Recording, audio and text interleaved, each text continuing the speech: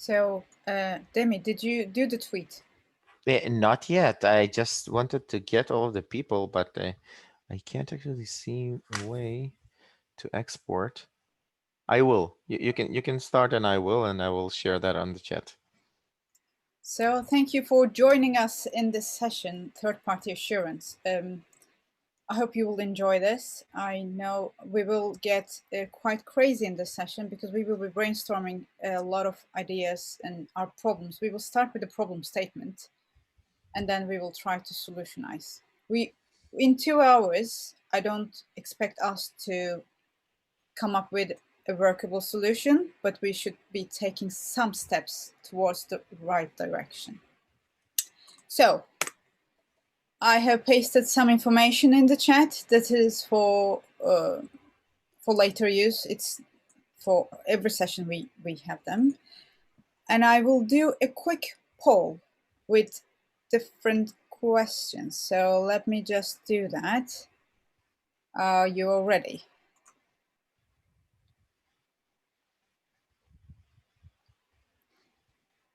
You can say. You should be seeing the questions. Can you see the questions? Yeah. Right.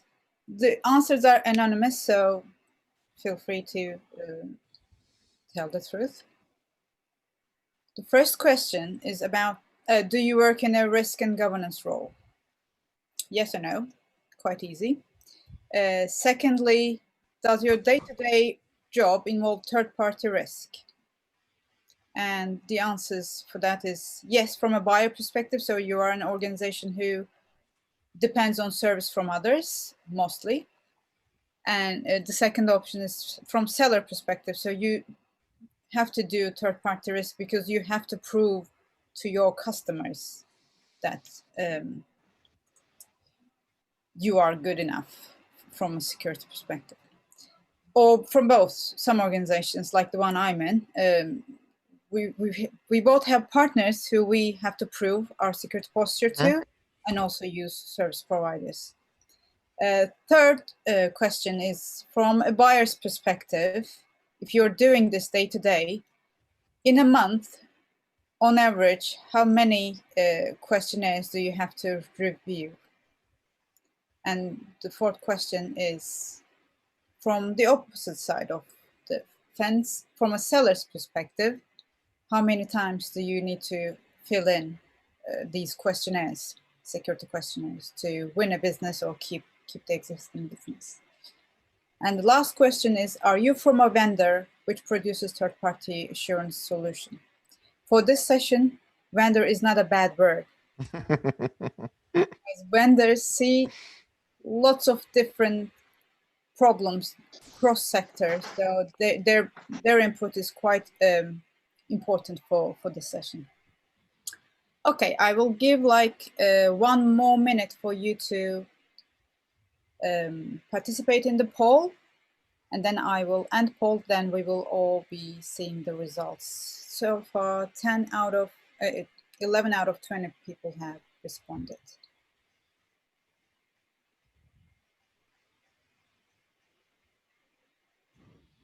In the meantime, so last year, I've run this session, but I had like 3 people, which was good. The main aim was to understand what can be done. And my vision was like, oh, there should be like an open source platform where everyone can use the same questions and use this platform across different across different companies. And then we realized there are already vendors who provide this, like the ones you're seeing on the screen. So yeah, there's a in the US. There's also a not a vendor per se, but an organization that has a standardized format that are used by a number of different vendors, but it doesn't transfer very well to this side of this pond. So is that the third-party assurance thing, or is that something? That's something different. Third-party assurance for the 3PO stuff is to do with FedRAMP, and they're basically accredited by the US government to do third-party assurance to a very strict standard, which is to do with the FedRAMP. No, it's a I wouldn't say open source, but it's a sort of a collaborative one, or basically a supposed group of organizations have put together a standardized template. But like I said, it doesn't really translate very well over here. And you have, like you have VSAC also in general by Google. Yeah. So it's like kind of open source, like it is open source because it's on GitHub. They literally put that out there because of that. But yeah, I agree. Like there are a lot of like ways to go around that, and it's kind of a standard, you would say. But most of the frameworks that people are putting in place today are mostly reliant on different things that are in the industry, like the SIG by shared assessment, and you have the CSA also, that they put that in the context of cloud, and they've created the cake. So they are trying to form some kind of ground basis for that. But again, nobody says that this is the correct way to do that. And most times when I see adoption of different kinds of aspects in that, people take whatever they had on their predecessor that was before that, they're like in their role, and kind of modify that in the context of the auditor and what Didar called the buyer. And in that context, they use whatever they have. So yeah, that's true. I mean, to the standard itself, it just doesn't resonate when you come to implement a program. And I've seen, I mean, I work with various different organizations and some transglobals, and even in a transglobal organization, they can have like 6 different questionnaires for vendor assurance, just in one organization. So let's review the poll results so that we all know the audience, which is us. So yeah, 70% do work in a risk and governance role, and most of us do deal with some third-party risk from either the buyer perspective or from both. Okay, so nobody identifies themselves as a pure vendor just giving services to others. Good to know. And on average, from buyer's perspective, we say, okay, 79% said 1 to 20 questionnaires that they review. And similarly, 93% of the sellers say they fill out 1 to 20 questionnaires. Some even have 21 to 50. Oh, and some buyers' perspective, they have to deal with more than 100 questionnaires every month. That is a lot of review time, a lot of resource to spend on this. Think of it that it multiplies in the context of how many questionnaires you need to actually answer. When you're a mid-sized company, I'm not saying you're Microsoft, because literally you won't be answering those many questionnaires when you're Microsoft. It in the multiplication of the amount of salespeople that you might have and the pipeline of sales that you might have, because then you will have more on the context of the inbound and more throughput of possibilities. So once you're there on the breaking point of basically you can't answer too many questionnaires, then you start having a problem of at least like streamlining that whole process, because again, there is a variety. You don't answer only one questionnaire. And by the way, I must say also in the context of the receiving end of the questionnaires, not all of the questionnaires should be answered, even if it's the same questionnaire, the same way. Because again, you might be providing a different product to 2 different customers. And even if it's the same questionnaire, you might want to answer differently. It depends really what you're and how the assurance has been conducted, whether that's whether the assurance is around the service or whether the enterprise. Yeah. So if you're looking, ideally you should be doing 2 sets of assurance. You should be looking at the assurance of the enterprise, which is about the organization itself and how they, the controls they have in place for email and everything else. But then you should be doing a separate assurance of the service, which is, obviously highly targeted to that service in question.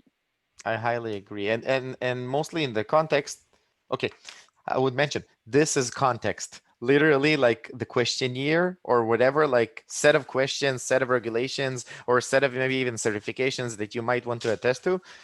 This means that this whole process needs context. And because of that, like the flow itself that gets introduced needs explaining things. And when we're talking, by the way, about third-party assurance, today, always, with 100% of the deals, you kick in data privacy. So it's another aspect, right? It's not only security, because it's like what type of data you're securing, you're trying to secure at least. And then you need to understand, according to that, what kind of controls you might want to put in place. Okay, Alan and Hayden, they both have a raised hand. You can unmute and jump in. Hi, guys. Yeah, go on, Hayden. Do you want to go first? You, Alan, I'll let you jump in first. Well, okay, in that case, to Demi's point, there's another angle, and it's the one that first gave me pause. Back in 2013, I was Group CISO, starting to tackle a number of issues. One of them was very much supply chain assurance, not least because one of our primary customers in the UK defence space was requiring to do that, because we were a prime contractor, so they were wanting us to manage our suppliers that were then going back into them. But what really gave me pause was when I was working with the procurement team, was the 16,000 suppliers I was going to have to assure. Wow. Right? And Fun. I did not want to be sending one questionnaire to 16,000 suppliers, because even if I only asked 5 questions, that's 5 times 16,000 But if you restore the answers, you're going to have a correct battalion of people actually handling that. Exactly. So that's what gave me pause. And it's kind of interesting that we kind of think that this is a questionnaire-based approach, because I don't think we give enough thought to the processing time of the answers, because of the real trick here, whichever side of the fence you're on, if you're the person answering the questionnaire, you only answer the question and you put in as little additional information as possible. And sometimes you're quite imprecise with the language we use. And the person reading that, so on the buyer side, the assurer side, you have to be able to pick up on that. That requires a degree of intelligence that is not something you can just do as a business process outsource and put it through the organ grinder. So that was what gave me pause, as I say, 6-7 years ago. And I don't think the game has moved on enough, even with the vendors stepping in to provide a service around that intelligence piece. I think we've improved the automation of the question and answer, but I think there's still room for improvement about the analysis of those answers that actually takes it into the risk assessment. And at that point, I'd like to shut up and give Hayden the chance to respond. So I'm going to politely disagree, I think, with a lot of what's been said so far for multiple reasons. So firstly, if we take assurance back to kind of the very basics, essentially the question that the business are trying to answer is, do I trust this supplier enough to work with them? Now, that doesn't typically involve like a 3-day on-site audit. I've worked with companies before, and I've worked in supply chain now for 6 or 7 years. I've worked with companies who have interpreted that to mean that they need a 6-day on-site audit with every single supplier, which obviously isn't scalable or even relevant. And I can pretty much guarantee everyone that when the supplier is directing the auditor to the office that they request, the auditor is not really going to find much that the supplier doesn't want them to see. And if you take kind of on-site audits out of the picture, that leaves you either with a questionnaire-based approach and a kind of remote-based approach, or via a scanning tool. Like I know, Demi, we haven't met, but I know Panorase quite well. Like Panorase kind of produce. Now, the issue you have there is that currently either approach is imperfect. So if you go down the scanning approach, that's really lightweight, it's really frictionless. You can sit there and collect all this data very easily and very quickly, and that's really nice. But at the same time, you can't really scan for anything other than public IP addresses and infrastructure. You can't really even scan web apps at the minute, effectively. And so you only ever get a very small insight into that supplier's kind of security posture. If you then combine that with a questionnaire style approach, a lot of the problems that I've seen in the questionnaire style approach has been down to the way that the questions have been both written and phrased, in that we're all kind of GRC people. We all come from a risk management background. And so typically you find that a lot of people will push ISO or NIST, CSF down the supply chain. Yeah. They use very risk associated kind of frameworks. And the problem with that is what you guys have all highlighted so far. There's a lack of repeatability. There's a lack of specificity. There's a lack of understanding on the supplier side. And what you tend to find as well is just the way that suppliers have set up their buying cycles. You end up speaking to an account manager rather than a compliance or security person as well. So there's a whole host of problems kind of wrapped up in that around, not so much around the actual kind of objective, but around the way that it's currently managed and processed. So one of the things that we've looked at doing, it's really great to see kind of Panerais here, and they're doing some great things in this space as well, is around how to phrase the questions in a way that allows the supplier to respond, allows you to then measure differences between different suppliers, and allows you to build a questionnaire in a way that the supplier can adapt the question set to their current services and what they're trying to do. And I'm happy to expand on that, but I'll shut up and pause there for a minute and let someone else jump in as well. I was going to say, Hayden, I just want to say, Hayden, I love what you said in the beginning. Okay, there's one word: trust. If you trust, that's the starting point of this whole conversation. Once you actually trust them, it shortens everything. Okay, it's much easier, and then all of the other like explanations around it. This makes sense. Totally, like everything. The only other thing I would actually add to that is that, and I think the language, this is probably just me picking up on language used so far when talking about this. We at Risk Ledger steer away from calling these reviews or audits. And the reason for that is that whenever you approach a supplier with typically what is a checklist or typically what is a set of questions and ask them to complete it, they will treat it like a pass or fail exam. And that is the wrong way that you want to approach that, because essentially the supplier will tick yes to everything, hoping they pass. And then it's up to you to point out where they haven't. And that's kind of, you're on the back foot already when you're trying to do that with the supplier. So the way that we describe it is very much a collaboration and a conversation. So when you're actually speaking to that supplier, it's fine. If your policy requires a firewall and they don't have any firewalls in place, it's a discussion. Why don't you have firewalls? Do you think firewalls would help improve your security posture? And if they say yes, then great, you come to an agreement. And it's all about the collaborative approach between you and your supply chain that actually helps improve security across the board, rather than just pinging questionnaires and audits at suppliers. Yeah, Hayden, can I just jump in on that? I could let Tony come back. I'm currently writing an email that I shut my laptop on because it was in draft and I didn't want to send it as it was. It was to that very point about not calling the question set an audit. I'm currently developing an internal compliance program that'll move into mitigation.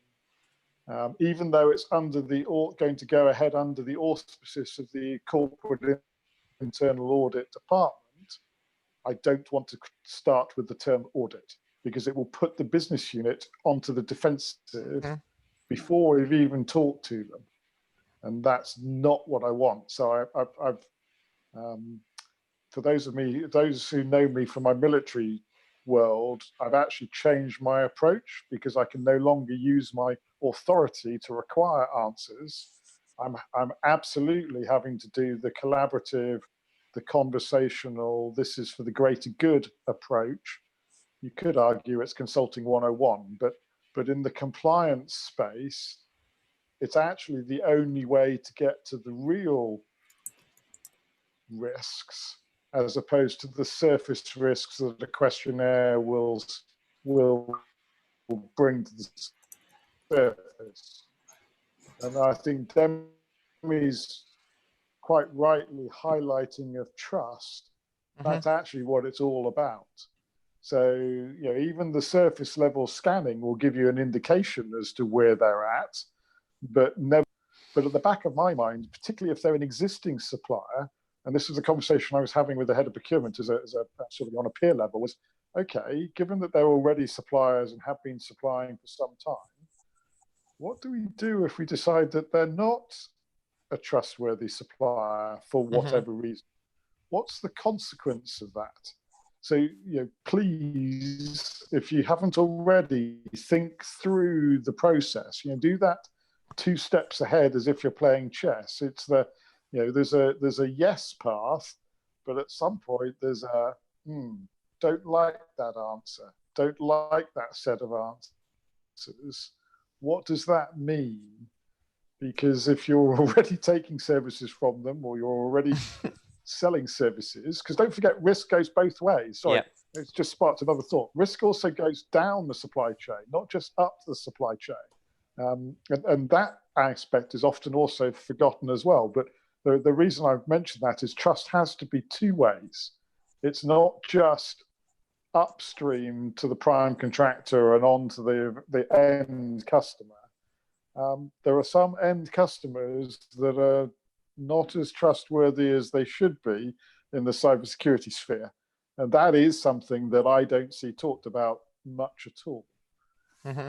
Tony, you're. Thank you. I was going to say, having been both on the receiving end as a small boutique consultancy and at the other side as a group CISO myself, but yeah, I do have a fairly good handle. And at the moment, I'm working with a transglobal international corporation to streamline some of the stuff they're doing in this exact space. And at the moment, they got tens of thousands of suppliers all over the world, and they have a risk-based process for assigning as to how much due diligence or how much assurance is taken for those various clients. So if they're just small, not connected to the systems, no personal data, no what they're doing, confidential data, etc. Blah. Then pretty much they allow it to be monitored through the contract. The contract says you're going to be doing this. If you find you're doing it wrong, we'll slap you. If they hang on a second minute, let me just deal with it. Family comes first. So I understand we're talking about the process still a little bit. I want to steer us more in an ideal, not in an ideal world, but think about the situation where you have the perfect process and it works perfectly for your organization. Right, my daughter was busy doing stuff. Yeah. I was just saying, if you assume you have the perfect process for third-party assurance in your own organization, but there are still 1,000 other organizations who are doing it in a different way, what would be the best way to get to a point where we don't have to do 20, 50 questionnaires every month on both sides? Well, I was going to say that even with the transglobal, who've got these different mechanisms for who they do and what types they do it with, it's still not perfect. Hence why I'm working with them. Like I said, they've got this process. So they've got different tiers, and depending on the tier, depends on what level of assurance they go into. A tier 1, which could be an Accenture or an IBM as a vendor, gets a lot more detail. It gets targeted, so they have a big assurance in the first year. When they onboard, and then subsequent years after that, they get targeted. And when I say targeted, there'll be like a deep dive on their cloud security or a deep dive on their risk, resilience, etc. Whereas tier 2s could be, a mixture of their enterprise security assurance and the service assurance. So it's two strings to the bow, and this is all done through a mixture of both. Questionnaire, because you need to give them something to go away and get the information on, but also through interview, screen sharing, if you can't do it, especially at the moment on site, then working with somebody from that organization to share screens as to what information they've got, share copies of documents, etc. And then obviously you've got, like I said, you've got those sort of tier 3s or 4s where it's either managed through just filling out a questionnaire, it looks okay, off you trot, or there's a contract in place and it's more reactive, i.e. the contract says you'll do security. If you catch you not doing it, we'll slap you, but we're not going to actively do an assurance program. And when you've got tens of thousands of suppliers, you end up having to make those sort of risk decisions about what you are going to look at and what you're not going to look at. But like I said, No, I don't think any program is perfect, and you have to use a variation of different programs also, depending on the risk level to the organization. Mhm. Yeah. I might ask, okay, you've mentioned, for example, a large provider, okay, let's say Google Cloud, AWS, or something like that. The chances of them answering me a questionnaire are like 0, okay? Depends who's asking the questions. Exactly. No, I said to me, okay? and and by that, the you vice kind of president understand. of AWS is very good when it comes to the vice president of security and risk assurance, Chad Wolf. He's very nice, and he will answer certain questions. I agree. I'm just like talking a smaller company talking to a mammoth, okay? You want me to give the example of IBM? I can give that. Okay, I don't mind. But the whole context there, again, is trust and assurance, okay? So I want to understand that, again, the tool that I'm using right now to assess, because they are like becoming, if I take that to the world of GDPR, compliance of data regulations, etc., they are a substantial sub-processor of mine, okay? Because I'm running my infrastructure on their own infrastructure. And for that, I want to like get the trust that it's kind of like a mature enough vendor to get services from. So I look on certifications, right? And I sign an NDA with Google, I don't know, AWS or whatever, to get their SOC 2 report and try to understand if their security controls adhere to my things that I need to adhere to be certified to SOC 2. And in that context, like the supply chain kicks in. And these are, again, like measurements that I will take as the guy in charge of third-party assurance, third-party security in general in any organization, to try to understand if it's, I don't know, like worthy enough to work with. And I said right now Google, and it like, okay, like nobody got fired for buying IBM. Literally, like nobody will be fired or fined because I used Google Cloud Platform. But what happens if it's a small startup company right now that the marketing department wants to incorporate right now to my own infrastructure? Okay. And you know, like what they say to you as the guy that is supposed to be the gatekeeper. No, it's nothing. They only like connect to my credentials and that's it. They only connect to Salesforce, which is like astonishing because right now Salesforce and all of the CRMs are literally your business. Okay. What happens if that vendor gets access to your Salesforce and that vendor gets breached? What type of data is it processing? So eventually you need to start asking these kind of questions. And I'm not even talking about questionnaires or scans or whatever you need to do. This is the process that you need to introduce internally in your organization. And then we need to start talking about the automation part of it. Because again, like you said, on the scales of even like dozens, it's not tangible to do that without any automation tools. You just can't. You can't address all of the vendors. This also that can't happen. And you mentioned like tiering mechanisms. I highly agree with that. You need to understand who are your like tier 0 or tier 1. Everybody classifies that kind of like in a different manner. And then once you've identified that, then you need to understand like what type of process you need to do.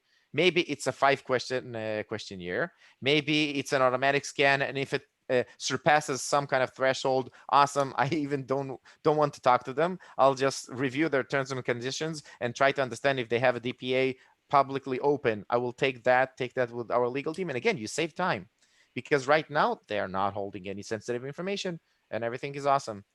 So like in general, you need to understand what are you doing internally, I think, and what type of data they're processing. And you said it 100%, and I agree with you.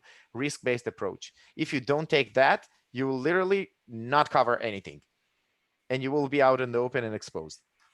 So I just want to combine that. I agree with mostly everything that was said with what Chani Sims just posted in the chat, which essentially is that the only hesitations I have around company using risk-based approaches to review their supply chain is essentially that there's kind of 2 limitations to that. So the first is you're relying on procurement. And out of my experience, procurement can rarely produce a list of suppliers, let alone... Oh, yeah. The hardest question ever. Just follow the money. Honestly, half my job is spent. I agree.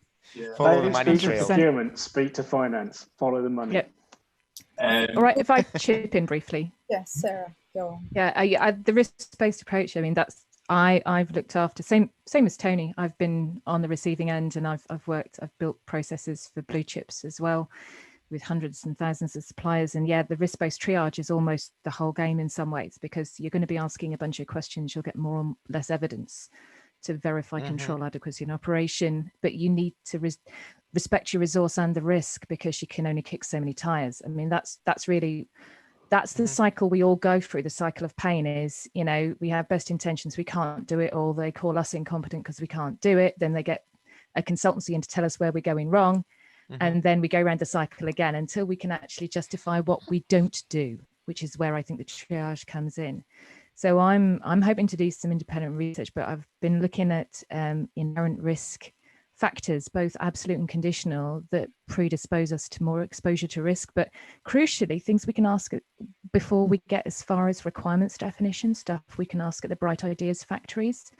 Because if we're having to ask the vendors full stop, if we can't get it answered by the people who have the idea of engaging a third party, you've already lost, because you're going to be waiting on replies. So obviously I understand, Demi, from your point of view, that's going to have played into your business model quite largely. You're going to want to have a hands-off temperature take, heat map. But that's, I also am, you know, you can understand that I would be circumstanced about the breadth of information gathered through your mechanism as well. The internal knowledge of what the intended usage, level of data, sensitivity of data location globally. But yeah, the rule is take user experience and marketing lessons and make it easy and fun to complete for 15 minutes to get yourself a heat map. Less is more.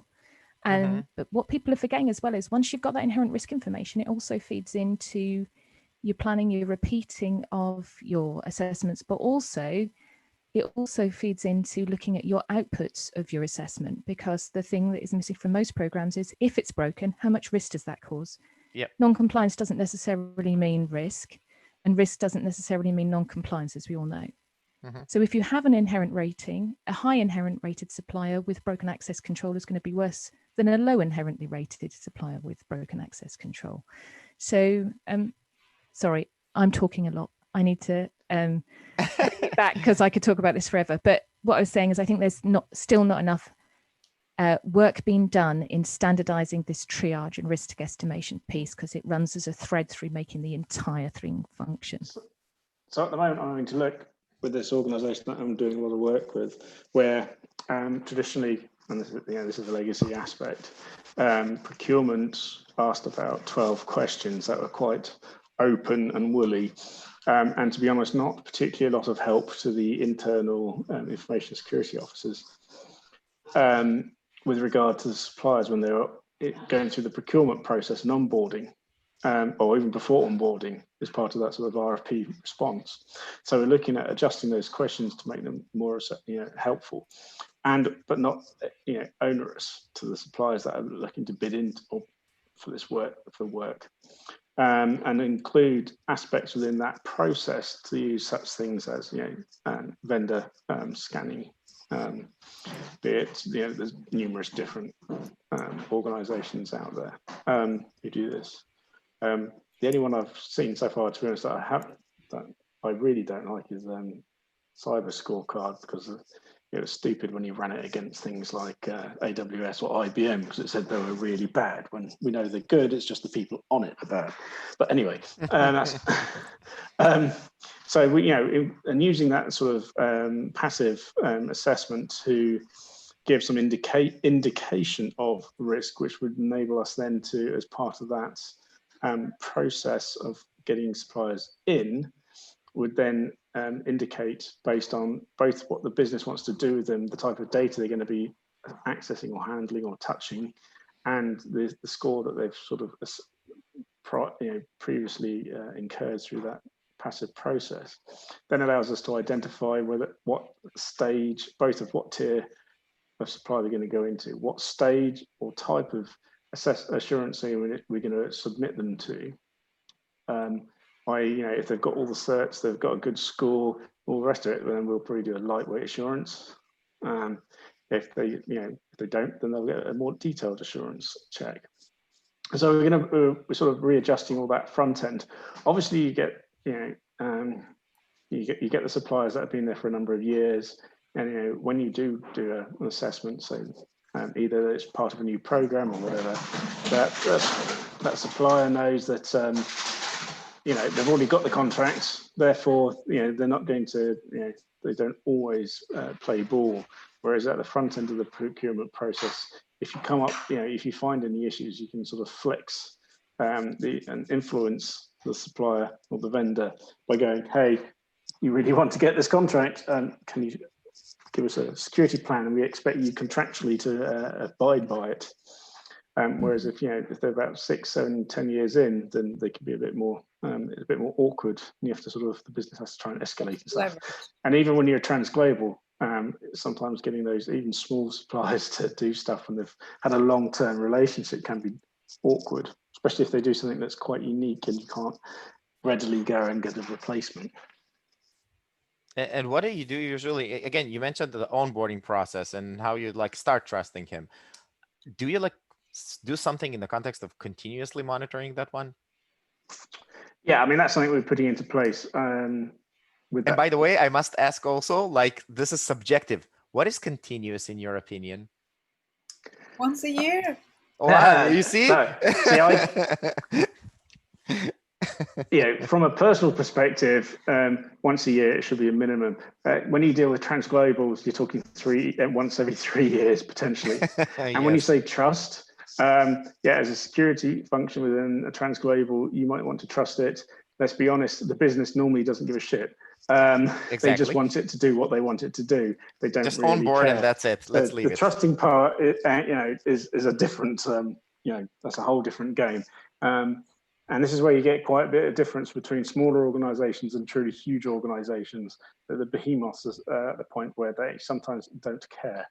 And you just have to play that. They should care, but the business doesn't care. So, as a security function, you have to kind of tread that path and try and get in there at the point where you can flex stuff. Because let's be honest, you can come up with and say, we've done this security assurance with a mid-contract supplier. They've been with us for 3 years. We found they've got a couple of mediums and a high, and we want them to get fixed. Here they are, business unit that uses it. This is the report, and this is the issues we found, etc. And they're like, cheers for that. Please accept these risks. Yeah, we're going to accept these risks. And it's like, okay, well, from our point of view, okay, we want that to be better. From a GRC point of view, they've accepted the risk, move on. But that's just the way life is. And I also influence things earlier in the field means, and especially with new suppliers, means that hopefully you won't have those issues later on in the contract cycles. Totally. And I also want to highlight specifically something that Sarah mentioned, and she talked about inherent risk and how you're actually evaluating that and who's actually supposed to provide that context. And this is the internal business owner. And this is one of the most important things, that because this process is usually being kind of handled through emails. Somebody starts the process of the want, the need, the business need, and then eventually it rolls up to some kind of even platform system or something like that. But one of the most strong players here should be the business owner that needs that. And he's a stakeholder that communicates with the third party itself. And once you have a streamlined communication manner between everybody, and mostly it will be somebody from business talking through the risk assurance or maybe even security, to the vendor on the other end that has another business entity. A salesperson, an account executive of some kind, a success manager or something, or even support. And then you have a broken language between everybody. What's an issue for you? An issue for you can be an open port, and an issue for you can be a vendor that is prone to phishing. And it's a different context. What do you do with prone to phishing? What's actionable out of it? Because every single vendor and supplier on the planet is prone to phishing. I know, but it's a risk. It's a risk and a risk register that can be mentioned, right? It's a risk I wouldn't bother even looking at. If they've got education, they've got AV. That's not something I'm going to be that bothered about, because everybody's prone to phishing. If they don't have a formal risk management process, that's more likely to end up on my list. So I just jump in here and throw something a little bit contentious into the group then. So I also have a problem with the way that third party is used as a risk management process. And the reason for that is twofold. So firstly, and I have this conversation with a lot of CISOs all of the time, if you sit down and you help them tier their vendors, typically they will tier the vendors based on the criticality of that vendor, so how available that vendor has to be, or based on the data they share with that vendor or the contract size. Yep. But the problem is that all of the vendors that typically would appear in your tier 1 list essentially are quite large and have a lot of security controls in place anyway. And it's typically, I've worked in more supplier breaches where it's a design agency who has no access to data. They're a dime a dozen, you can find a new one, but their mail server's been hit and they've sent an email that's gone straight through the email filters of a client and infected that client with a payload. And the second reason why I don't like the risk management approach to it is that when you run a program that's similar to that, the outputs essentially are no more than that supplier is a high risk, medium risk, or low risk. And if I'm sitting on the board or if I'm the CISO, I have no data, as far as I know, there's no data in the industry, and I don't think the assumption holds true that the outputs from that program, the high risk suppliers, are the ones that are most commonly hit. And that's something that when I was at Deloitte, we did quite a lot of validation on. And actually you find that these programs will label a lot of your suppliers high risk when actually they typically are more on the lower side of risk. So I just want to draw this back to something that, and I'm going to completely mispronounce your name, sorry, is it Chani? Put in the chat, and that essentially was to follow a controls-based approach. And that's something we've tried to do kind of currently, where instead of trying to highlight risks to vendors, because at best vendors don't understand risk, and at worst they just completely ignore it, what we kind of seek to do is shift the conversation onto controls. So we know that every organization that has something in AWS needs to have security groups and needs to have an architecture review done of the software before an enterprise onboards onto it. So that's 2 solid controls that we can put in front of vendors and say, have you done these 2 things? Similarly, we know that any vendor that has a corporate network needs firewalls. That's an easy control to ask. Do you have firewalls? Were they installed with a denial policy? And do you review the rules yearly in line with business requirements? They're 3 solid, easy yes or no answers, can be proved with some evidence as well. And it moves the conversation away from risk. But then the kind of counterpoint to that is that the outputs from that are essentially that all of your suppliers have a decent control set in place. And I've found, and we are finding that tends to decrease the number of incidents that our clients at least are having in the supply chain by switching the focus onto controls. So yeah, I'd love to hear Chani as well on the control side. Although you did just say Cyber Essentials, and the problem with Cyber Essentials and certifications are that they set the control threshold. So what we found is, for example, and I'm going to use 2 organization names here that we don't work with, so they're not clients or anything, but if you take, for example, HSBC and they use a supplier for physical archiving, they would require that supplier to have a load of controls to do with physical security. And then Barclays, when they come along, they want the controls, they use them for network-based services. They want a lot of network-based controls. And what you tend to find is that these certifications fix a threshold that not all clients are happy with, and a lot of them want the threshold to be moved.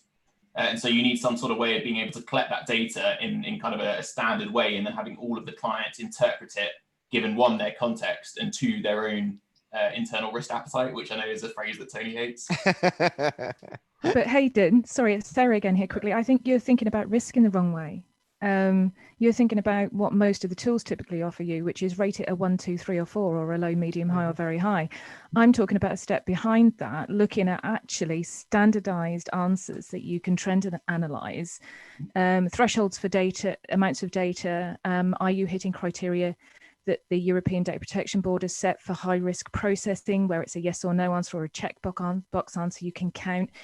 Is it a sensitive data category? Where in the world is it? You can use these things with a weighting to generate risk. So you're not just having a board unfriendly, low, medium, high, or very high.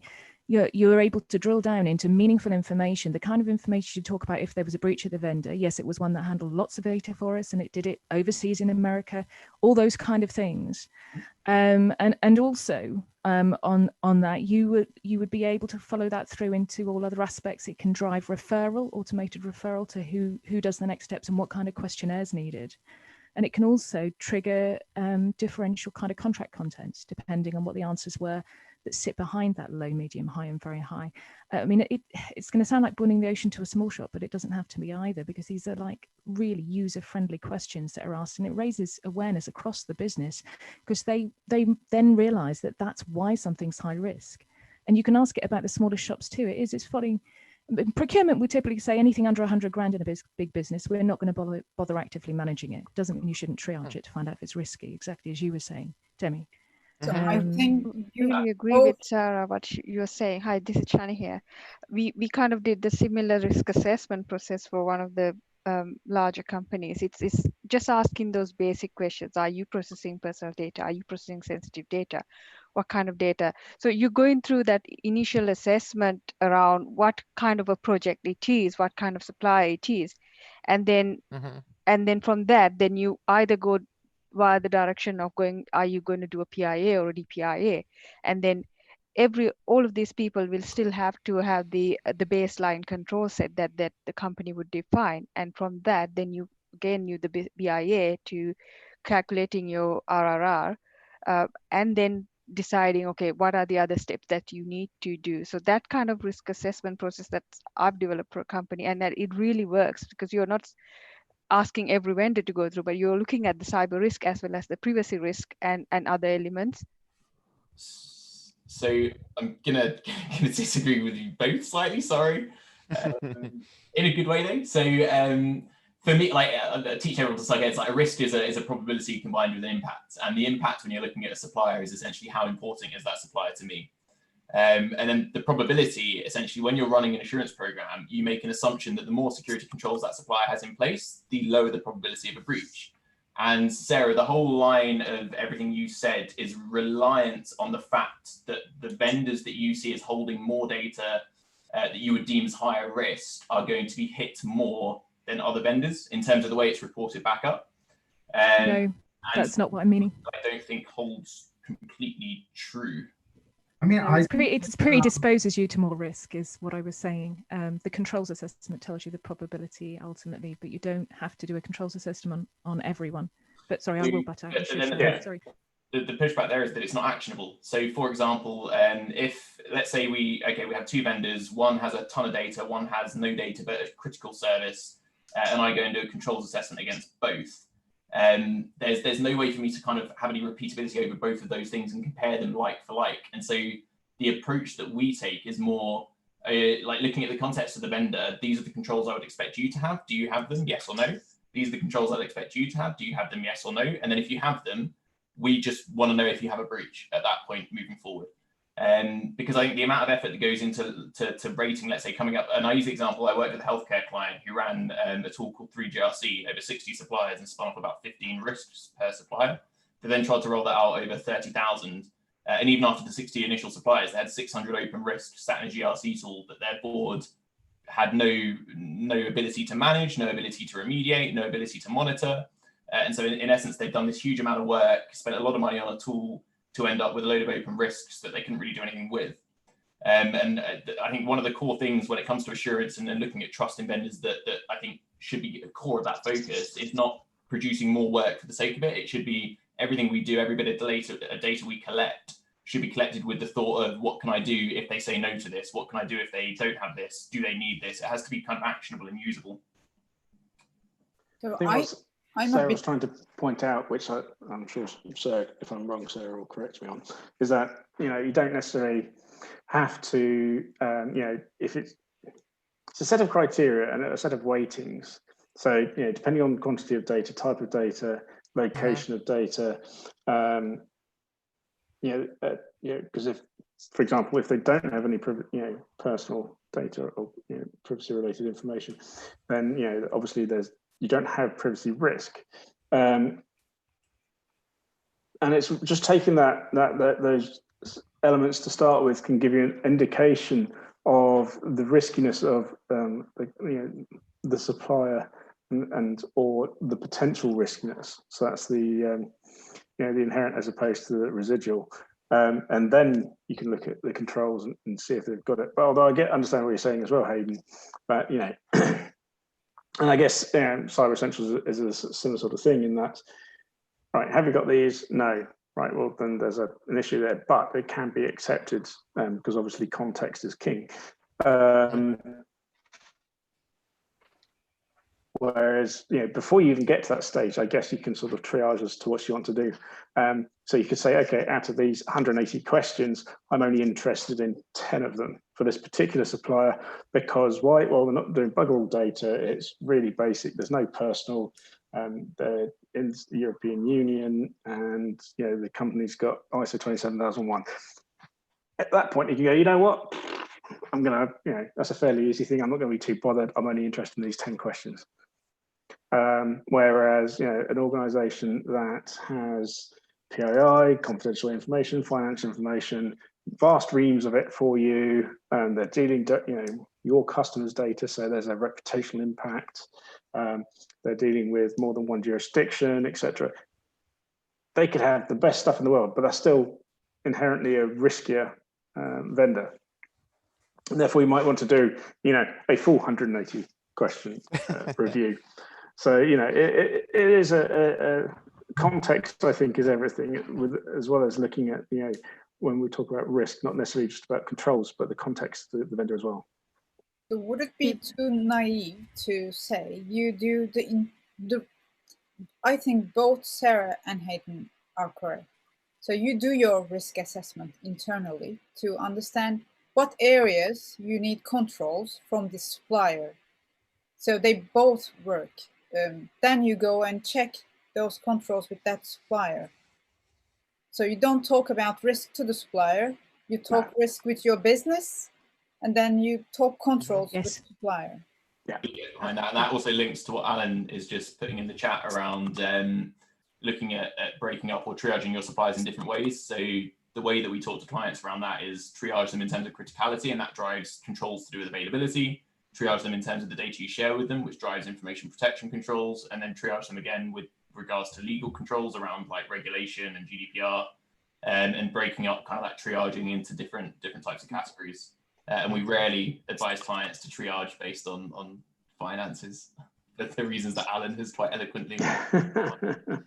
And also, I was going to say, I tend to see where I've seen it is tier ones tend to be criticality, and then the other tiers tend to be based on data and things like that, as opposed to financial or size of vendors. So the tier ones, for example, I tend to see are how that supplier is critical to the ongoing business of the organization. Your outsourced operation. Yeah, the AWS, the Accenture, the IBM, etc. Because without them, that will properly screw your business. Whereas the tier twos, maybe tier threes, tend to be based around the type of data, the confidentiality, and those other aspects. Whether it's PII, whether it's connected to the internet, etc. Alessandro, yeah, you wanted to talk. I'm not sure you can listen to me because I've been trying. So I'm not a vendor, of course. I'm more on the other side, on the client side. I work for a tied agent of a regulated entity in Germany. So that means we have a lot of compliance, and I'm involved in security. So I evaluate vendors from a security perspective. So I support legal in the contract evaluation. And what I'm interested most with is the level of actual security that they provide, because I'm personally convinced that compliance is not security. So I'm trying to evaluate the effectiveness of the security control that they put in place. And most of the challenge that I have actually are a bit different from what we've been discussing. So like so far we have been talking about mostly like the high-end, let's say the enterprise, the top tier vendors, but the most of the issues that we actually have is evaluating the small and medium business or companies that are not Amazon or not Google. So, for example, it's very common to find companies that they of course understand that the EU data privacy is a self-certification, so there is almost no security controls or no compliance around it. Like those are the most complicated ones. Then we have other vendors that use terms and conditions instead of contract, and they use terms and conditions to reduce the negotiation power of a vendor, for example. Like, let's say, I don't want to mention any specific vendor, but of course, most of the time you have a marketing department that will try to just let you evaluate the terms and conditions. So that means that the legal department doesn't have actually the possibility to interact with the equivalent on the vendor side, and the biggest issue is the actual security posture of the vendors compared to the compliance level. So you might find, we often find vendors who have SOC certification, ISO 27001. They provide a list of hundreds of security controls, and then maybe you get a dump of the production database with an SQL injection on the public website after you agree on a coordinated test with them. And this is the actual reality that we observe every day. So my question is, do you see any way where we could actually try to fill the gap between evaluating the compliance of the vendor and their actual security posture? Or what is your recommendation? Do your due diligence is the recommendation, but the question is quite deeper than that, because it's, as you said, you can find compliant people, compliant vendors, but it doesn't mean. You might most of the time, for example, regarding SLA, you might find companies that they tell you that the SLA is 95 to 95%, and then you check, and most of the time they're running on a cloud provider, let's say Google, AWS, because that's a standard agreement. And if they breach an SLA, they give you credits, which is basically something that, depending on your business, might not be enough for you, and you're dealing with the terms and conditions compared to contract. So actually, the IT industry, in terms of cloud service provider, is shifting on a direction where those vendors are trying to standardize their offering in a way that is not so much negotiable for us. So our customer is forced to evaluate the security posture, and most of the time also to choose between a specific vendor and no other alternative. Let's say, for example, Slack. Which team, which development team, or which engineering team doesn't want to work with Slack today, or would evaluate an alternative? So there is actually no alternative for that. And every time you install a plugin on Slack, you're actually signing, without knowing, a data privacy agreement with a company that you need to click on 20 different websites to actually understand what is the legal entity behind that, and where actually the data of your employees, the personal data of your employees, is going to be stored. And most of the time is not even US, is not even Europe. So, and let's say, and the negotiation power there is very limited. So that's like, those are the challenges I'm actually facing every day. Alessandro, I must ask, the example of Slack, this is like great because it's an aggregate, like I would say fourth or the fifth party of your third party when you try to kind of assess that. The biggest question that also, like I think Aiden said, do you know who are your vendors? I would ask, do you know who are your vendors? Like the answer would be probably, hell no, I don't know. And even like getting the transparency, or at least the visibility to that, is a hard question. So you need something, again, some kind of automation tool, some kind of process that kind of introduces these things for you to be able to evaluate that. I am paranoid for everything that our developers are installing into Slack. I am the only gatekeeper for that. Why? Because the exact reason that you mentioned. You would mention like you're using probably some kind of like a source code platform, right? Probably it's cloud-based. Even if you're using, for example, something like Atlassian that you can install on-prem, all of the plugins and everything can be also offline going online. So this is again the same thing. You're introducing, it's only a click of a button, you know, you're installing things. I would go like another step forward, okay? Business, not developers. These are the ones that are aware. How many of your employees are installing plugins to Chrome? Same thing. And this is again, zero money trail, because it's freemium model, and basically they provide information, and by that they're getting the service. So again, shadow IT. How do you recognize that at least? Like all of these things are problems that might emerge.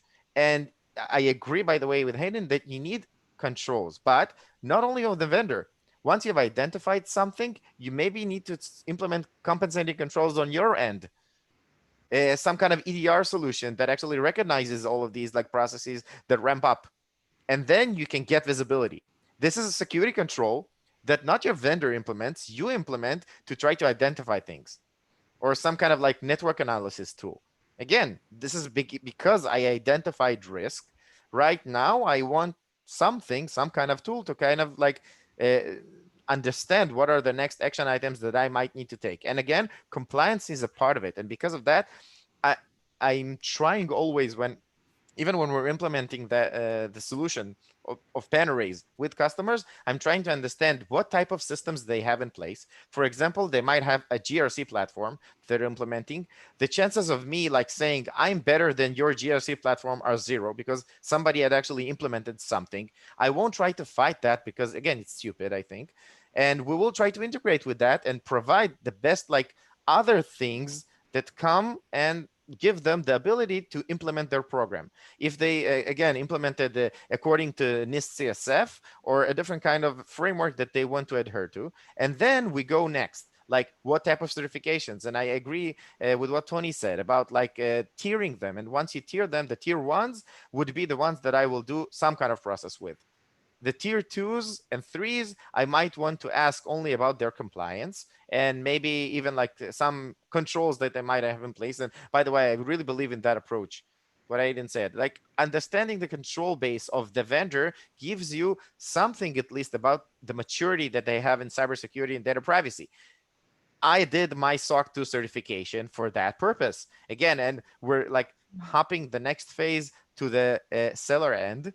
So I don't want to ruin that because again, it's an interesting part because the other end does want to do business also. Like this is they want the contract, okay? So they will adhere to whatever you want if it's a substantial enough of a contract. And if not, they will lose the business.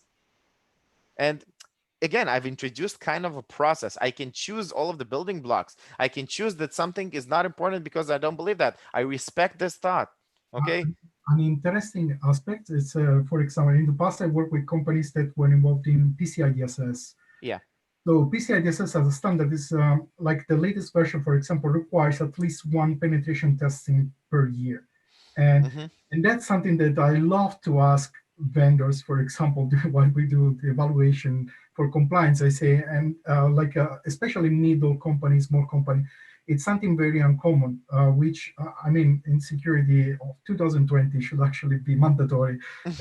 So it's also very difficult to establish this sort of baseline. And every time you move from one vendor to another, you might find yourself to evaluate two realities that are so different that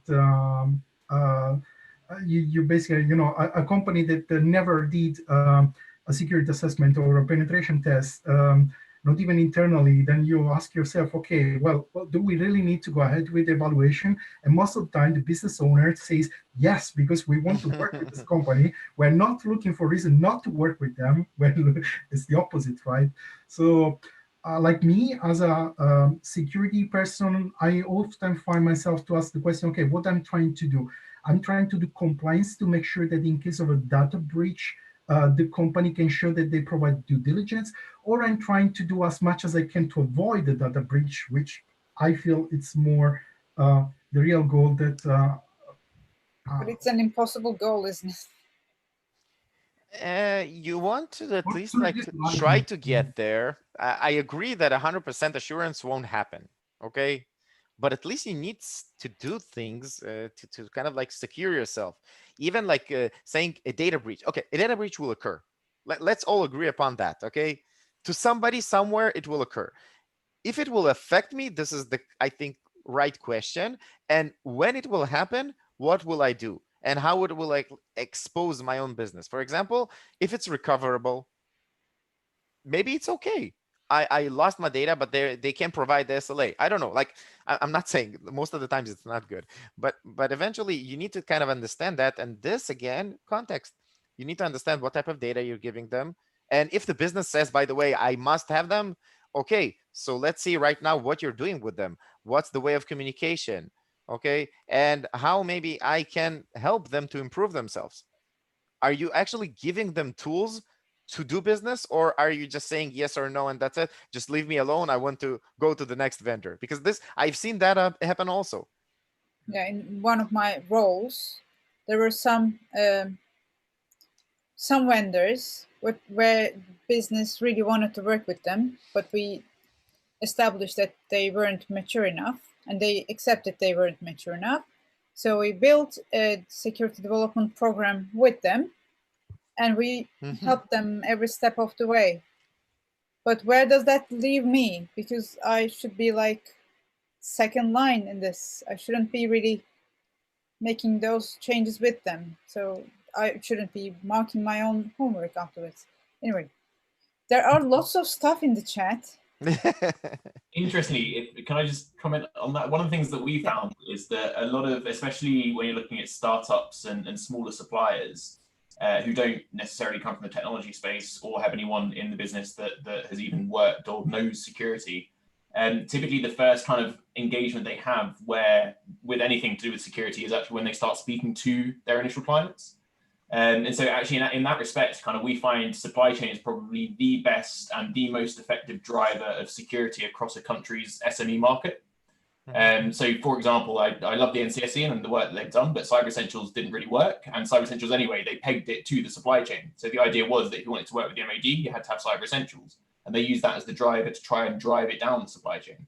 And so I think actually there's quite an opportunity there in that the large companies with the large security teams, if they can write the assessments in a way that provides advice as well as just asking questions, that can really like make a huge difference to both the risk profile of your own company, but then also of the wider ecosystem as well, which is really, really great thing. So it's really good. Yeah, really good you helped that startup. I'm happy. So is there a volunteer to read all these chat? Because if I read them, I wouldn't have been listening to you, to the conversation that is really happening. It's quite annoying, actually. So I think the last message we read was from Ellen, and Hayden had read that out loud. Then Martin has talked about the baseline. Where does the baseline come from and how do you maintain? Just seen too many such things that good companies failed because they were missing perimeter controls. They were heavily zero trust and perimeterless, missing wireless network controls when everything was in the cloud. And AP was in a satellite office. I don't know what AP is. I can't remember. Shared and only there for. It's easier for you to come off mute and explain your points. And I would really, really like that way. That way it is a conversation and not just a second conversation in the chat window. Yeah. I was going to say, similar to that, I've seen where, and I've certainly had it before in the past, where obviously standardized questionnaires were being sent out without any thought to what the vendor at the time was doing.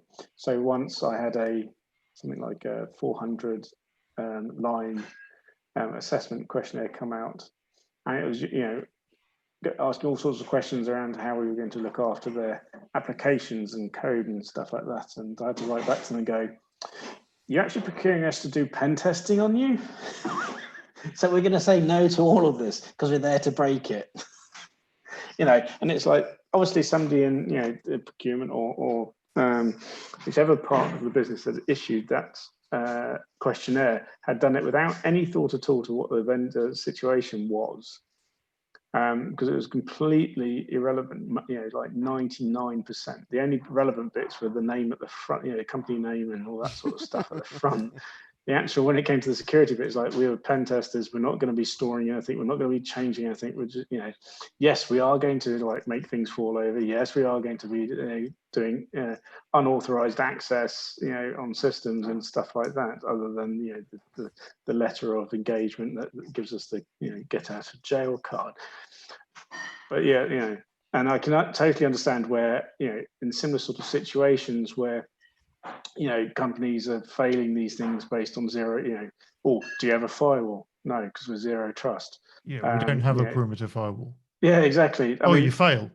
Yeah, and thankfully things like Cyber Essentials does actually allow you to skip that question, because I don't think the first edition did, but it's no, it didn't, but it does now. So I've worked in an organization where we had no network, and we still got Cyber Essentials because we were able to demonstrate that although we didn't have network files, because we didn't have a network, we had host files instead and other aspects. and the services we're using were cloud-based. But again, I think it's just that having being flexible about. But then that just comes back to the whole, we've got too much of this. We need to triage. We need to decide who's filling in which questionnaire, and we don't have the bandwidth to do that, let alone look at the results and go, yeah, well, actually you got the check mark, you failed that question, but actually the question didn't really apply to your scenario, so that's fine. That's, how do you deal with that overhead? It doesn't scale. And a little tip on that. So one of the things that that Deloitte actually implemented and that we've carried through and what we do is, and Tony, I completely empathise with that situation, but typically it's procurement have not told the security guy actually what the supplier does, and so the security guy's got to send out 50 assessments a day, pings them all out. So it can often help if you guys are building your own frameworks. There's plenty out there to use already, but pick a framework where you actually have scoping questions that you push onto the supplier. So ask the supplier, do you build any applications? And if they answer no to that, then it grays out the next part of the domain or tells them to skip that domain. And that's quite a nice way of putting responsibility on the supplier for them to tell you what they do, and at the same time collecting kind of accurate information. And it's usually quite easy to spot when the supplier puts something out of scope and they say they don't develop any web applications and you're currently logged into their web app typing away. You can usually spot that and come back to them as well.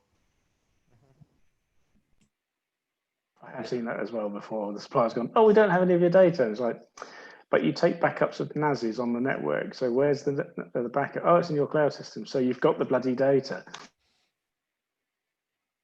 And has anybody solved the problem of actually erasing things from backups? Because I don't know how you do that. And phosphorus. Phosphorus? and or thermic glances, they do just as well. One of I was the about to say that kind of depends on the nature of the backup media. So it's difficult to erase the data as opposed to delete, but I can assure you that an awful lot of backup data is still on tapes, and you can degauss that. This is where the thermic glance comes in. Well, thermic glance, I'm with Tony on the phosphorus grenades bit, emergency destruction kit, but I'm just showing my age at that point. And another thing that we kind of didn't mention, but we're talking about questionnaires being sent and verifying, like trying to understand their posture and everything. But how do you verify what they're answering? This is one of the biggest problems also. So you all mentioned that they're answering something, and then when I try to dip digger, it ends up being something totally else. And that's not even just a question of trust and whether or not you believe them to be acting in the best interest. You may well have actually reached the wrong person in the organization with the questionnaire, and they answered to the best of their knowledge and they got it wrong. 100% agree with you. And because of that, I think it should be a combination of all of the methods that we've kind of spoke about here, mentioned automatic scans, mentioned questionnaires, mentioned certifications, on-site audits also. Again, it really depends on what are we trying to achieve. And even the next phase should be enabling something, and not what are the things that might disqualify that vendor, and that's it, I'm not going to work with him. Because the next action item would be, maybe I can work with him to actually create something, some kind of infrastructure that actually works. And maybe, I don't know, they're a cloud-based solution, and one of their biggest problems that I kind of identified from the outside, mix and match between different kinds of environments that they might have. And the solution would be, give me my own tenant. A separate environment. I don't know, if the contract is substantial enough, maybe the vendor will actually do that. And maybe you need your data center to be in the US. I don't know for what reason, but yes, this is something that is needed regulation-wise. So maybe you can do that. The engagement won't be immediate, because right now he needs to do some kind of architectural change, but it will occur in 6 months from now and in a more secure manner. And again, it's a business decision. I think it's also a business decision for the vendor as well. Exactly. So if it's worth it. I'm going to talk tomorrow on startups and security, and a lot of the times startups are faced with the sacrifice of choosing between speed and winning a client or actually being secure. Yep. It's quite a fine line to tread, which is why I kind of come back to this as a conversation. So as long as the client is aware that these things are going to be fixed and they're comfortable in the timeframes, that's always a good place to start. Yeah, but Hayden, forgive me, there has to be a start to that, which is secure by design from day zero.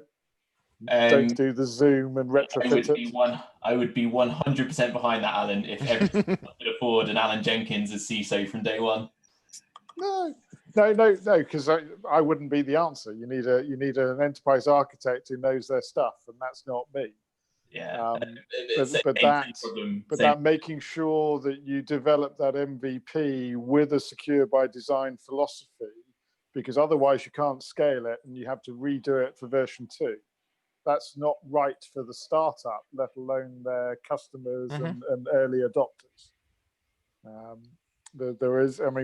We've just seen Zoom as a perfect illustration, and I'm picking on them. They're not the only one, where they went to your point of they went for a customer to fund their business, and now they're charging for a premium to give encryption, which some would argue, and I suspect Sarah from a privacy would argue, should be there from day zero, not as an optional extra. There is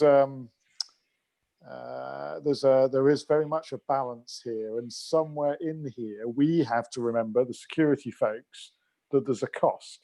There's a cost that the business has got to bear, whether you're on the supplier side or the customer side, upstream or downstream. There's always a cost. There's a transactional cost. There's an overhead cost. There's a processing cost. And it has to, so in a sense, that's what drives the risk-based approach, despite the fact that I have some sympathy for Phil Huggins and others' position that risk is a defense. It's a little opaque though, but somewhere in there has to be a degree of proportionality. And yet GDPR does not recognize proportionality. Right? There's we have some conundrums that to your point, Hayden, I think conversation surfaces. Sarah, I'm not sure that it does. So at least not well when it comes to appropriateness of security control to the data that it's protecting, because that business piece was deliberately ignored by the EU Article 39 committee, because they were looking at it from the individual's perspective, not the business's perspective. Yes, so there I mean, is they do.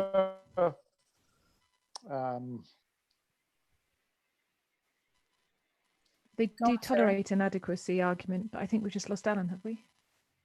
Oh, I think he's there, but his connection isn't great. So. Yeah, I was just saying from a GDPR point of view, it's very unlikely if you've done an assessment of risk. Absolutely. Sorry, I'm minimized my You're connection drunk, Alan. when I'm not talking, and then there's an etiquette as well. Okay. Right, go again, Sarah. Sorry, yeah, I didn't mean to interrupt, Alan. Yeah, there is a position that if you've shown due diligence in assessing the adequacy of your security controls, and you've made some relationship between that and some of the benchmarks for risks that aren't great, that are there from the European Data Protection Board, the likelihood of you being hit with a fine from that point of view is minimal, unless they're just following the headlines and they're a little bit scared of being seen to be inadequate as a regulator, which I'd like to pretend isn't going to ever be the case, but it may well be. Yeah, if you haven't done the assessment, then they'll hit you. If you've done it, and the cost of what is reasonable within the art of the state of the art security and IT, etc. Blah. That decision's been made, then it is acceptable. That brings me back a bit with Chinese and Hayden's discussion in the chat, which I still haven't finished reading all of it. But so you have a risk appetite as a company, and you have processes to support that risk appetite. But then you want to work with a startup who has a very unique offering and you need to get out of that appetite, your comfort zone, and take some steps where you wouldn't normally do. So being flexible. So yeah, that was more a statement, I guess. And I'm going to continue reading these chats. Didar, forgive me if I can just chip in. Are we in danger here of violently agreeing that there is a problem, when actually what we need to be doing is, okay, what does good look like? What is the Open Security Summit roadmap to a better place? Is that not what we need to be doing here? Yes. Okay. So how do we couldn't even come up with the problem statement because there are so many problems. Okay, so can I do, and I did it in the chat, but I just want to surface it, if you will, bring it to audible attention.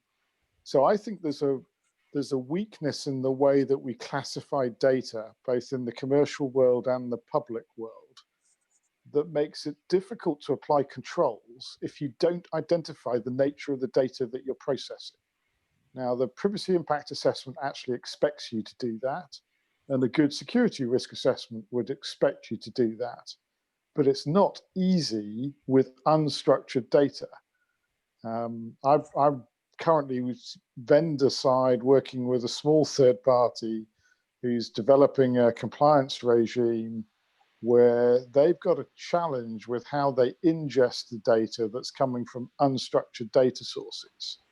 And in terms of the state of the art, data discovery and data classification of unstructured data remains a challenge, even for the likes of IBM and other big outfits. So there's a practical challenge to how we classify data. But I think there's a policy challenge that most outfits have kind of dismissed data classification, whereas at the operational implementation of controls piece, whether it's an internal control or you're flowing it down your supply chain, we kind of need, because otherwise our control framework, our risk assessment piece is built on sand. Am I in completely the wrong place, or is there some sort of agreement that we need to bring data classification back? Sorry, I'm kind of thinking the classification is fundamental to any reasonable level of information governance.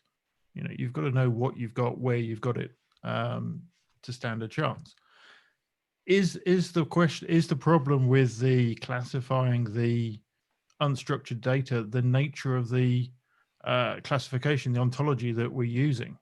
Is that the problem? Is it that we're trying to classify it in a way that is hard to do, and actually if we changed the manner in which we're classifying the data, you know, we can classify data based on, you know, is it personal data, is it cardholder data? You know, you can go down that scheme, you can go down the it's sensitive, it's confidential, it's top secret. You know, there's all sorts of different ways of slicing it up. And if we look at that, is that actually going to help with the the sort of semi-automated classification of data? I happen to think it does, but I'm conscious, Martin, we come from similar backgrounds, so perhaps we should take a view from, I hesitate to say the younger generation, but certainly different perspectives. Does anybody disagree that data classification is not required? Sorry, does anybody think data classification is a rabbit hole that we don't need to go down? I think it's an element. I think it can lead you down rabbit holes, but it is a convenient way of quickly detailing treatment mechanisms. I think sometimes the classification may not be detailed enough and may require additional aspects. So the old government stuff where you had protective marking scheme, a lot of people always made the incorrect conclusion that certain business impact levels, matched certain protected markings when actually they were actually disconnected. I think there's a lot to be said around how you handle certain data types or information types, and how those classify, and then you can have multiple data types under the similar classifications, but you still want to handle them differently. So I think it's an element, but I don't think it's like the whole element. Sorry, if I came across as thinking it was the whole, that was not my intent. It was more to suggest that I think we need to give it more attention than it's perhaps got in the last 10 years. Because I think particularly with the likes of GDPR having come in and requiring to know where that PII data is, particularly sensitive PII, and to make sure that you're only holding it for as long as you need to, that you've got justification for having it, that requires data classification. That's reignited interest. But I've cited PCI DSS. Clearly, the CVV number or your card number is structured. But where I see the challenge from the technical side is not in the structured data, it's in the unstructured data. And bear in mind that unstructured data includes an email or other contractual exchange between customer and supplier. Because within that email, there's PII, because it's very often addressed to an individual with a telephone number. So there's PII in there.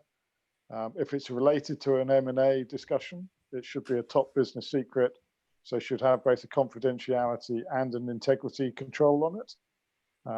And somewhere in there, that's got to go to a third party who, I think, to Demi, to your point, how is that third party evidencing their statement of compliance? It's very easy for them to answer your questionnaire, but how do they prove it? Which I think was Sarah's point. I think it was Sarah's point about trust but verify. You can't just take their word for it. And I think the reason why third-party risk remains an issue, and I'm speaking from a position of having been talking about it at a UK government conference back in 2010, and I don't think the game has significantly improved 10 years later, where the complexity of it continues to be a challenge. So what is it we can do to start to break it down so we're not boiling the ocean? That's why, for me, the data classification piece comes back into one of those top three things I probably need to do. Whereas 5 years ago, it had probably dropped off my list. Does that make sense? I want to add to that because I highly agree. Okay, and I would start again. We're talking about third-party assurance. Let's start from the basics. Okay, first of all, answering the question: can I identify or at least classify the data that I am holding as a company right now? What's important to me? And right now, the classification should be made not only what's important for my enterprise, because what's in the context of what type of information is being handled on the platform that I'm trying to sell. I'm taking that to the seller side, okay? Once I understood that, then maybe I can understand the next phase of the flow. For example, because right now we're not in a air-gapped data center, okay? I was also in the Israeli Air Force for 8 years, and I had that misconception of, okay, we're a closed system, nobody could hack us. It's a blunt lie, okay? And in general, especially when you're working in the outer world, right now you're using services for anything. So basically your data perimeter had expanded to your third parties. So once you understood at least where the data flows, and who's holding your customer data right now, because this is also important. This is not only my own financial information.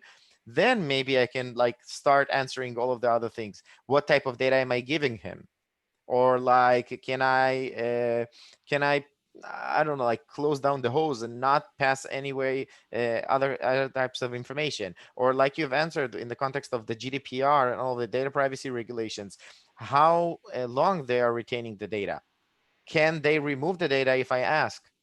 because again, it sounds trivial, but it doesn't always exist. And especially these are steps that you need to take. Okay, the first step, the baby step, would be classifying your own information, and then trying to identify at least like where it expands to, which third parties. These will start being the critical ones. And again, you might not want to introduce a new thing to the business because it's not worth it.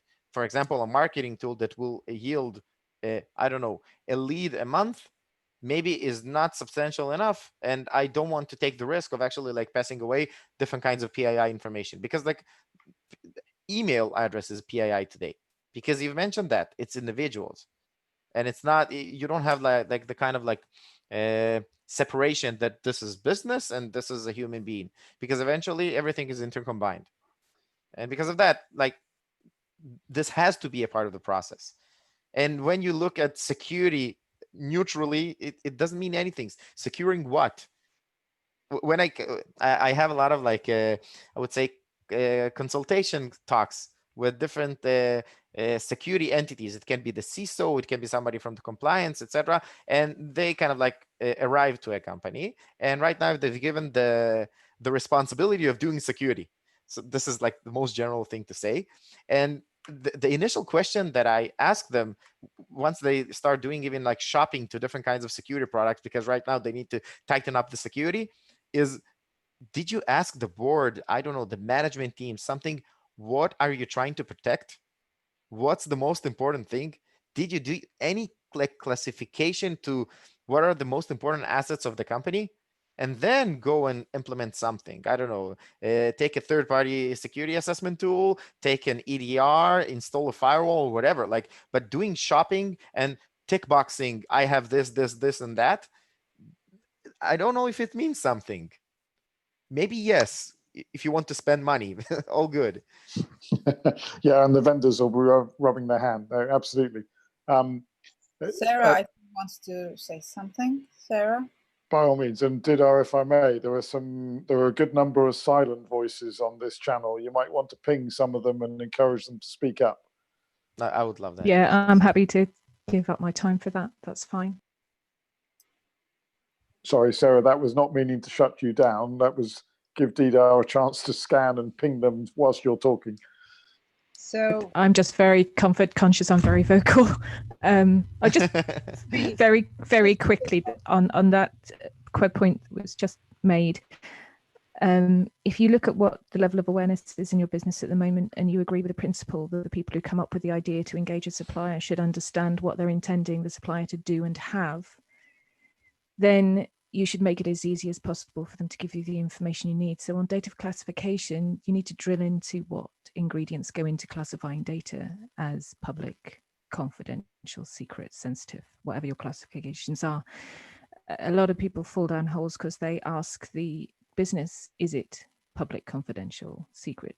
And they don't know, and they get 7 different versions of opinions on it. So you drill back into what are the types of data? What are the quantities of data? Is it merger and acquisitions data? Is it insider share data? Is it financial reporting data? Is it card data? Is it personal data of different flavors? You can ask those things in very straightforward ways.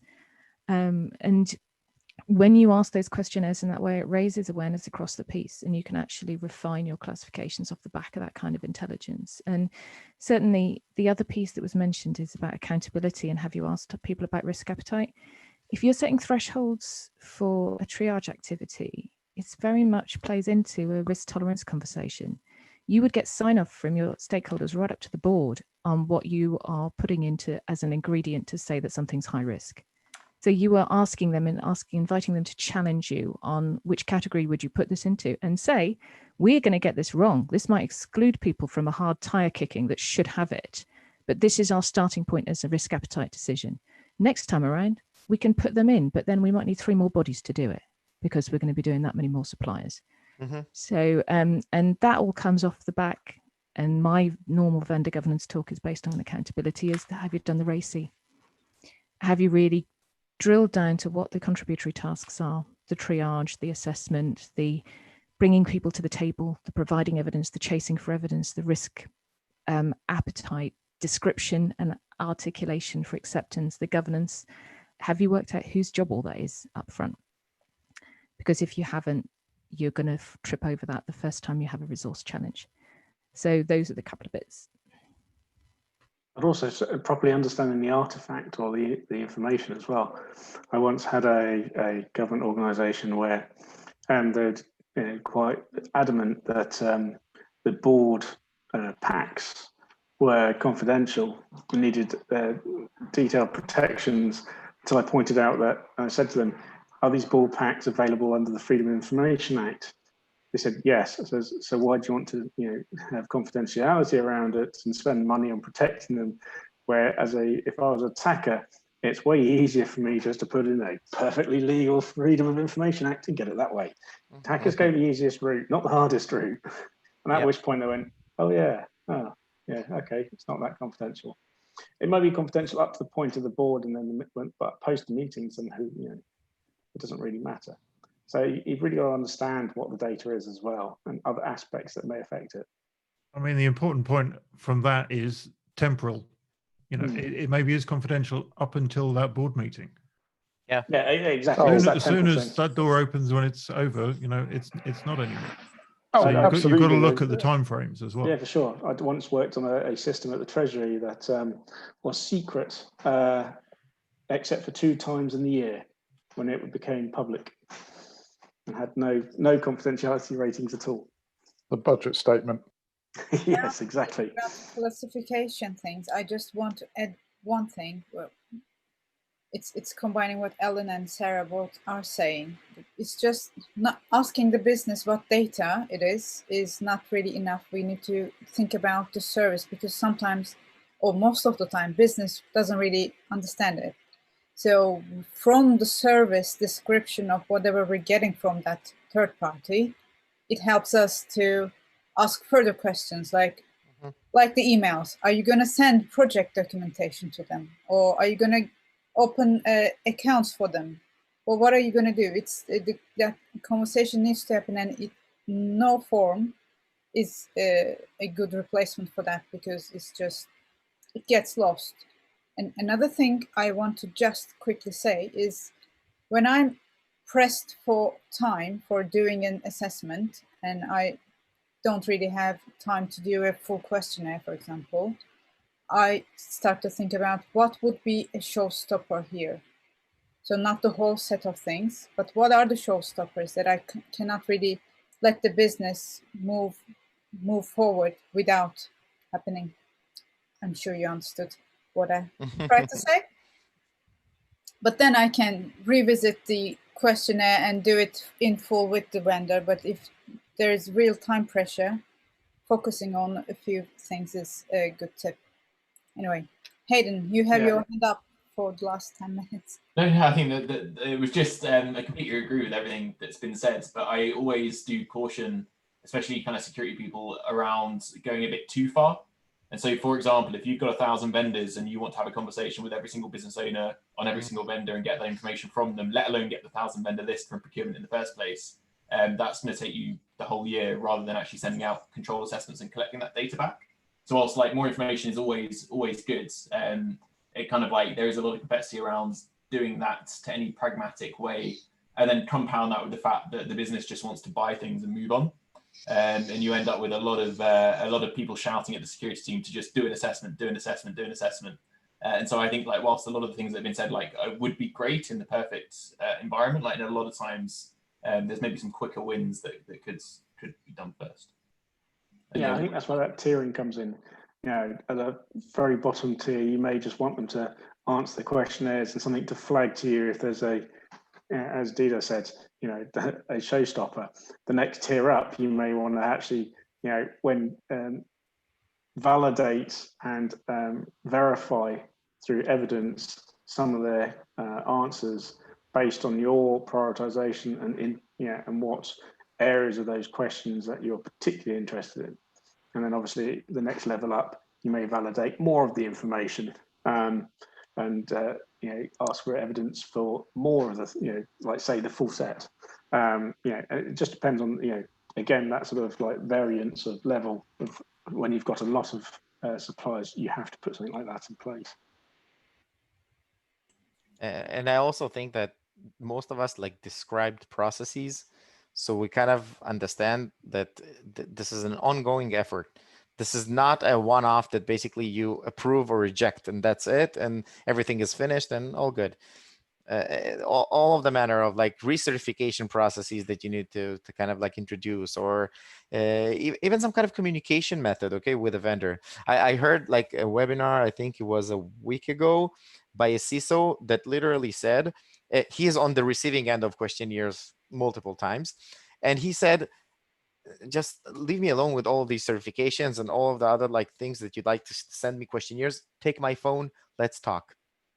And I know it sounds like, what are you thinking? But again, it goes back to the trust part of it. Okay, I have a lot of conversations with potential customers, literally talking about our security posture. That's it. Like, not even talking about the questionnaire itself, like going on a call and an hour with their whole security team, data privacy people, etc. And everything is closed in an hour because they identify and understand at least how the platform works. They identify all of the security controls that we put in place, at least to protect ourselves and their data. And even if they have pushbacks, I might even like explain, what am I planning? What am I doing? We spoke about pen tests, right? Pen tests are like, I'm showing you a report card that I'm okay. I've done some kind of process and I did that last year or something like that. The next question that I would ask, what's the turnaround time of fixing all of the issues? How long did it take you to actually fix and remediate all of the things? What happens if it didn't remediate? And all of these things are processes. It takes time. You might even like contingently approve a vendor because they're not holding any sensitive information. And right now you want to start working with them. Or maybe like introduce some kind of like internal security control for you not to open up new ports or new things that connect to your production environment or anything. But this can only happen in a conversation. I haven't seen any architecture design that is self-explanatory and somebody from that will understand the security posture of anybody. Okay. And again, it's a process that you need to introduce. You need to choose something, choose some kind of framework, choose some kind of automation tool. And like Hayden said, what happens when you have 1,000 vendors? 1,000 is a not a large number, because like large enterprises have far more, but that's it. You're crippled. You can't do anything. You can't like raise the phone and call 1,000 people. It just doesn't make sense. You don't have time spent in a year to actually cover that. I know like really large credit card company in the US that has 34 people doing only third-party security. Like they have hundreds of people doing security in general. And even those people which are really proficient and probably they have some kind of like a really well-oiled machine that does that, they can cover up to, hundreds. It just doesn't make sense to do more. So you need to prioritize, do something. Again, identify risk, and by that, try to maybe like put some resources on that. Hire a consultancy company that will do a pen test for 100 vendors because they're the most critical ones. I don't know. But again, amount of resources that you need to ask the board, take that and implement something and prioritize. This is like my best suggestion to actually like handle something. Because if not, I don't know, like it's guessing like this, who are the critical vendors, and just choose 50. And I've done something, tick box, that's it. So thank you for that. We're in the last 15 minutes, which means we now have to focus on the outcomes document together. So we should start with a problem statement, I believe, but I am quite lost on what to focus on. So open to the floor. I think it's identifying your priorities to do robust due diligence when you have limited resources and lots of suppliers is the main problem we've discussed. And then it's asking the right questions of the right suppliers. So you're asking questions that match what they supply and the things that can cause you risk. Those are the two things I've picked out. I don't know if other people agree. Yeah, I think also making sure that it's done at the front and during. So you need an element of it before the supplier is onboarded, because that's when you can most influence and to fix any issues that have been found. But also you need to do it throughout the vendor relationship to ensure that A, it gets better, or that at least it doesn't get worse. And I think you can almost step up, like take a step back from that problem statement and say that the highest level problem statement is ensuring that the company only works with suppliers who take security seriously. And that, I think that's kind of the problem statement that the board really care about. And then the others. Well, there's no company that can work with only suppliers who take security seriously. It's not. It's not real. That's what I'm saying about doing it up front before as part of the onboarding or before the contract is signed, because you can flex the influence by Well, you can up to a point, I think, Tony. The bigger the supplier, actually, the more difficult that gets. But one would hope the bigger the supplier, the better their security is anyway. Yeah, yeah, absolutely. But actually, it's not a direct, read across, because sorry, and I'm very conscious of Didar's. What is that problem statement? It's complex, right? The big outfits, and I've worked for a number of the managed service providers in the IT space over the last 15 years. They have a variety of offerings. Some are more secure than others, but I've lost count of the number of times that in that final commercial discussion prior to contract signature, often the security clauses get watered down, often by the buyer's team, not just the supplier's team, because they don't want to pay for it, right? Which is my earlier point about we've got to keep an eye on the costs here of what it is we're trying to do. So Didar, to your problem statement, I think it's something along the lines of the supply chain risk assessment activity remains complex and potentially costly if it isn't thought through from day zero through life. It's got to be something along those lines. And then there has to be, I think we need to put some dependency statements in. There has to be some recognition of the cost of the overall piece. But I think critically, there has to be a recognition that it's not a one-off, Tony, to your last point. It has to be through life. It has to be ongoing. Yep. I do think there's a data classification piece, and that's actually got to start with the buyer. The buyer has to know what it is that's important to them, and therefore there's something in there that you're expecting the buyer to practice good security, not just the supplier. Because if the buyer hasn't done their business impact assessment to identify what their critical assets are, what their crown jewels are, and applied some kind of a classification guide to help, what guidance are you going to give to the supplier? It's not all on the supply side of this equation, I think is something we need to recognize. And then I think the real issue is the ecosystem of suppliers. We're kind of treating the suppliers as if it's a one-to-one relationship. Having been on the supply side, I can assure you I had multiple customers with overlapping requirements in the financial services space, all with variations on the theme, but none of them recognized that I was a service provider to their competitors and actually should be one of their business critical because of that piece.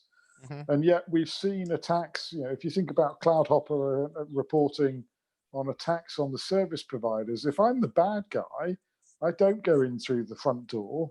I go in through the third-party supplier, and it's probably not the big boys. It's probably somebody lower down in the supply chain, because I know the controls are not going to be as effective. And that's part of the complexity piece that makes this difficult. And it's why I have an aversion to the questionnaire approach, but I know it's got to be in there somewhere. But I can still see some weakness on the automated business process side, because that degree of intelligence you need to apply to the supplier, how critical are they to me? well, I'm not their only customer most of the time. How critical are they to others, and are they more critical to others than they are to me, is something that is actually quite difficult to do, which is where, you know, the shared ecosystem that I know, I can't remember the name of the British aerospace tool that they had. Was it Hydra? I think it might be Hydra, where they were trying to do it on behalf of the primes so that they asked a common questionnaire and shared the results with that community, which I think is where the US has gone. Tony, I think that's what you were talking about with the scorecard piece. Yeah. I think that's an improvement, but I don't think it's gone far enough yet. So, sorry, Didar, I've gone a long way from the problem statement, but I think if nothing else, we've evidenced that. But I think we do need to call out there has been improvement. I think that triaging of your questionnaire on some kind of a risk base, that's got to be a starting principle, I think. But somewhere in there has to be a recognition that it's a two-way piece, because the point we've made is it's an element of trust. You know, customer to supplier is a two-way trust, and therefore there has to be skin in the game for both parties. You can't just flow down controls from customer to prime contractor to their contractors without recognizing that you have to set a good example. And for instance, I think that's one of the weaknesses with the UK government approach requiring cyber essentials of its supply chain when they don't practice it themselves. So there's a reciprocity element that I think needs to be recognized as well. I'll shut up. There's a specific reason to that one, Elad. Oh, I know there is. Yeah, it was invented for small organizations. No one took it up. So to force and to start people using it, it was wedged into procurement notices to get a groundswell. Absolutely, but they gave the local government an opt-out, even though they were expecting it for their suppliers to local government. Yeah. That's to me that was unfair. That was putting the burden on the little guy when actually it's the public sector that should be setting the example. That to me, as an idealist, was the wrong approach. Different departments. Oh yeah, let's not even get there. Sorry, stop running away. Anybody else? What would be the next steps, though, as well? We should talk, but tell me about what you think about the session first. So that someone was just talking and I interrupted. I'm really sorry. Sorry. I tried to stop it, but I didn't get it on time. I was just gonna mention that doing a Wardley map would be a really good idea for this in this area. Thank you for voicing that, Wallaby, forgive me. I did see that in the chat. I think it is good. It's a good way to illustrate the challenges.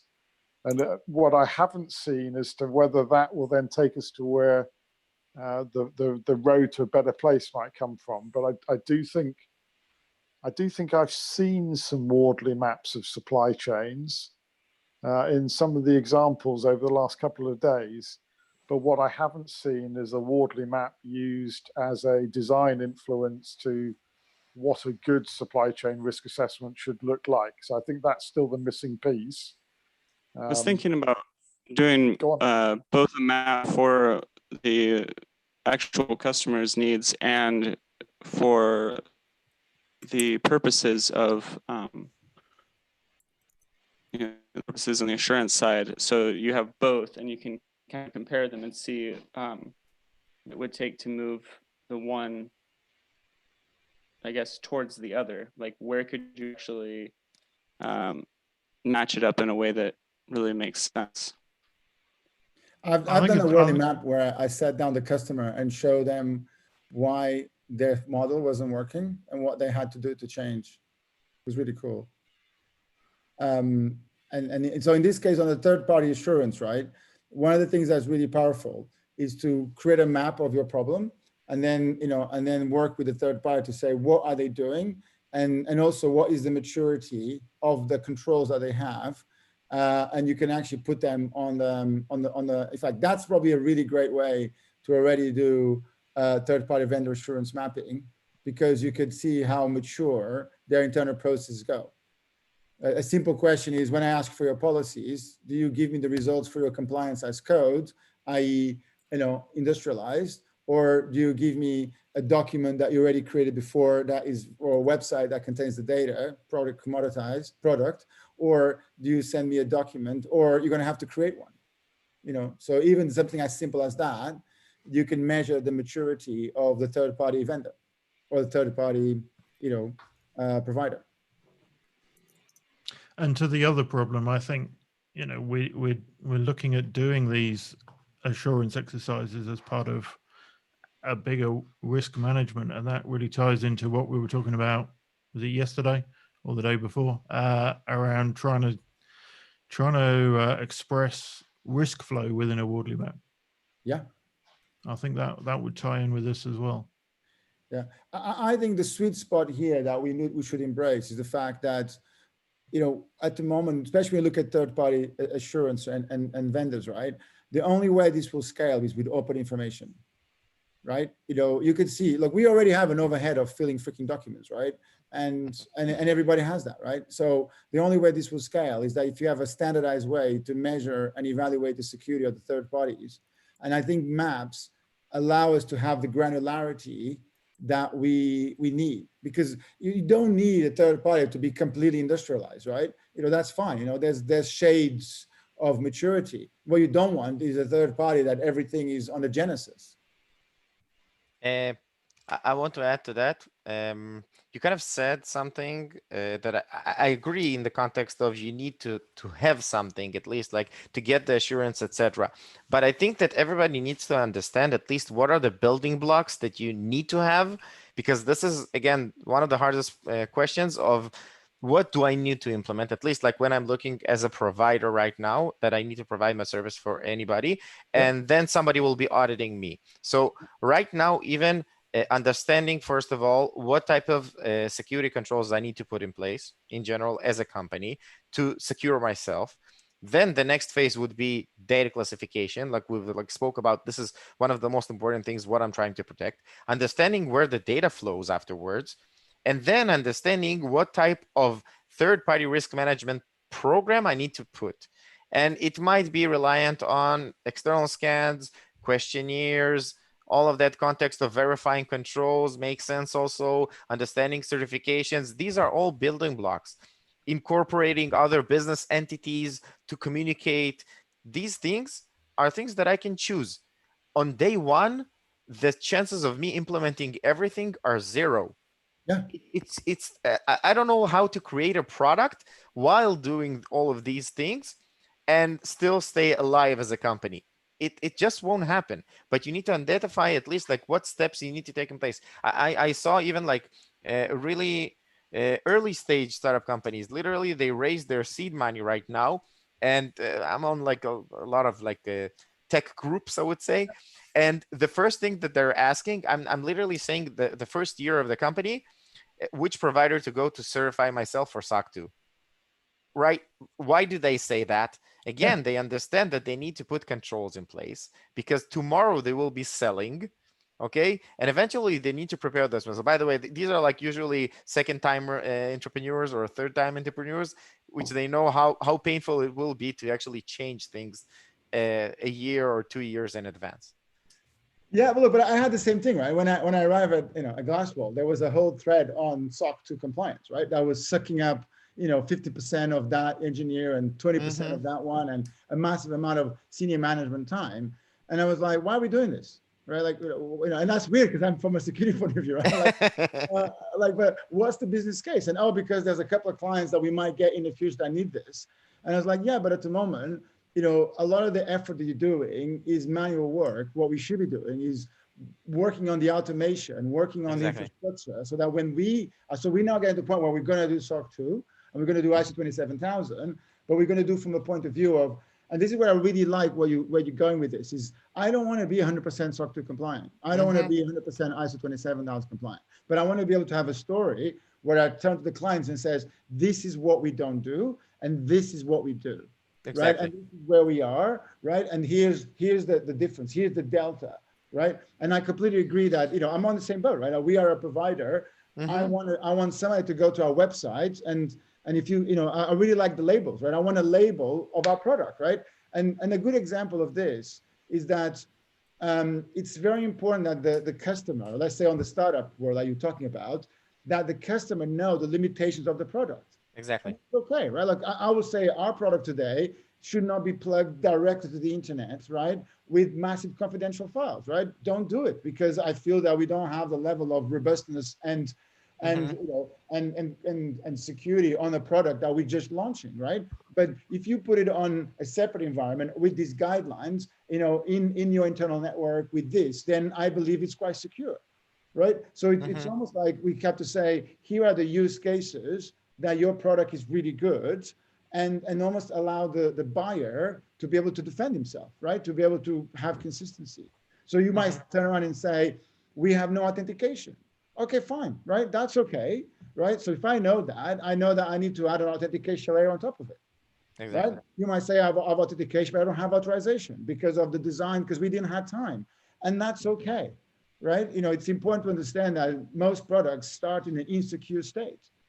Yep, of course. Right? I was going to say that ties in with one of the things that was one of the shifts with the UK government around assurance of services and things, and that instead of looking for the perfect Rolls-Royce variation, look for something that's just good enough, for what the context and purpose requires. Yeah. If you don't need it, you don't need it to be 100% compliant, say 27001. If the elements that are compliant are good enough for what you want, and the bits that aren't compliant, you're not that bothered about. It's a transparency exercise. And I think will be what's really powerful here. Now I feel that, and I think maps allow you to do that, because maps allow you not to be a yes and no, right? And that's the problem. The problem is when you get to compliance, there's a checkbox. Ooh, you do it or you don't do it, and that there's not enough granularity. Where a map allows you to say, look, here is what it looks like, right? We do this stuff, we do that stuff. At the moment, this is a bit there, and this is a bit manual, this is a bit custom built, that is productized. And what that actually allows, it allows for the market to turn around and say, hey, we can move this over there. Like, hey, we can help you by this bit here that you're doing manually, we can shift it over there, right? We can now give you compliance as code on AWS or on Azure, right? Cool. So somebody could come up with a product that all they do is move that needle. And I think maps, give you that ability to understand the landscape, right? Understand, who the users are, what's the use cases, and then give you the strategy of what you're going to move, which is basically your actions for the next 6 months, right? Kind of it's similar to that. Several years ago, when I was the head of security for the G Cloud at the Government Digital Service, I changed, instead of getting suppliers to meet government accreditation and jump through all the hoops and stuff just to get onto the digital marketplace for G Cloud, I switched it around and said, look, here's a framework of what we're interested in, and organizations and vendors should then say what they're doing against those things, as opposed to trying to hit a mark. They should just say what they're doing, so they're being transparent about what they're doing, as opposed to trying to hit some high-level benchmark or whatever, so that the organizations purchasing can look at the answers and look at what they've said in the transparency reports and say, okay, that doesn't hit everything, but it hits the things that I'm interested in, and therefore we're going to go with these people. And that was a major shift that went from a couple of hundred suppliers, because they weren't getting through accreditations, through to I think that they ended up with several thousands of suppliers, because for, the small services, the SMEs, etc., where they didn't need vast amounts of security, didn't have to have it, but they explained what they were doing. Look, and that's how we'll scale, right? And I think it's important to understand the economic model of this, right? Like if you if you want to compete in the marketplace, we need a way to measure the ones that do it well, right? Because if you don't have a way to measure it, you rely on, almost inefficiencies or particular situations to drive security. What you want is, you want companies like the COVID Save apps to put privacy and security at the forefront of what they do. And the reality is, there's a lot of security companies that are really bad at security, right? Because they're focusing on a part of security, but their product sometimes can be as insecure as some of the other stuff, right? By the way, but why wouldn't you, right? Because if somebody's solving a really hard problem in security over here, their expertise is in that area. Yeah, Dennis, I highly agree. By the way, one of the largest fears of mine is all of the security products that I'm installing. Yeah. I'm literally afraid from that, like internal things that I install, EDR solutions that can literally like shut down my network. Yeah. This is frightening. Okay. This is kind of like a Trojan horse that you're introducing, because like everything is communicated, and it's like, oh, I have an antivirus, I have an EDR. Awesome. But the implications of that and trying to understand the portion, this is like something that frightens me like hell. Telling you, man, has your security team done on those security products? I know, but still, I know the people that develop these products, but and yet with that, I'm still afraid. You do a compliance analysis on a lot of those security teams, and it's a horror story. I know, right? If we it's the same thing. Like a lot of security teams, if you measure them against the benchmark that they're measuring the business, is a shit show, right? There's teams, complaining that the DevOps don't do security baked into their product and their pipelines. They don't do this and do code reviews. And then they look at their own pipelines and they're going, hold on, you now are shipping agents to half the company. You have access to a huge amount of power. And show me again your pipeline. Show me again, the process that you have, your change control, right? Exactly. So going back to the governance, the third party, assurance, my view is, until we have labels, until we have easy ways to measure and to make both, somebody accountable for doing something, right? This game is still a gigantic, sort of paper exercise. Which is better than not doing it, right? But it still doesn't scale. Like, come on, the answers that you get from your third-party providers, how comfortable you are that they sometimes represent the truth. Quick question though, Dennis. When you say label, is that akin to a certification or is that not? Can you open up that thing, the IoT security privacy? I have done in front of me. Yeah. So if you look at that, it's a food label. It's a food label, right? Like, in fact, this is an old idea. Jeff Williams, right? And the OWASP, there was this idea of doing label projects, right? So look, if you just click on label there, right? Like, what I like about this one, so you that it shows that you have to go to the details. I think you need to add a level of risk. I think you need to add a level of analysis to this. This is far too complex, right? On this, but I think it's the great start. But I don't want to just point out problems, but if you have, for example, 3 clients all using this product, each one of those 3 clients will have a different opinion on what those labels should say. And so you end up basically with the label, and what tends to happen is that the requirements get driven up by the clients. And so you end up basically just cutting out innovation at the bottom end, because the innovators won't have those labels looking good. No, that's not true. That interpretation either way. And it's that interpretation that I think adds the friction and the time. Look, that's market inefficiencies, right? That's just because that's like you're saying that we don't have food standards because everybody gets to define the definition of poisoned fruit, right? Or everybody gets to define the definition of how much sugar you've got in your thingy, right? What's an E number? Like, look, the problem is we are very immature, right? What I like about this is that it removes ambiguity, right? And that's the point of this. The reason why 5 different risk assessments or questionnaires are different is because there's no standard. So everybody freaking makes up their own. But I think where you're missing the step, and I could be completely wrong here, but where I see the step that's missing is in order to get to the granularity that allows people to, within security, make the right decision with regards to a supplier. In order to get to that granularity, you need to be asking questions that a supplier is never going to be comfortable making public, i.e. do you run a bi-weekly patch management schedule? Nobody's going to put that information public, because then you are essentially exposing the suppliers that are weaker than others. And putting but that's the point. Yeah, you can do it. You can kind of do it in a way. I did it. I'll do it, right? I want to play that game, right? And I want to go against my competitors and saying, you guys should be sharing that, right? And the reality is whether you are in the right side of history or not. I'm happy to do that as well, but the problem is when we're talking about tech startups in the movie and production space with absolutely no security experience, it's places like that where you do start to cut out innovation. So instead of having labels, I think it would be better to pump a lot more focus on education of SMEs around that. So you could bundle the two up. I'm all for bundling the two up, almost have a label, but a toolkit that allows them to get that label there. And the label is education. Okay, sorry, Tony, go on.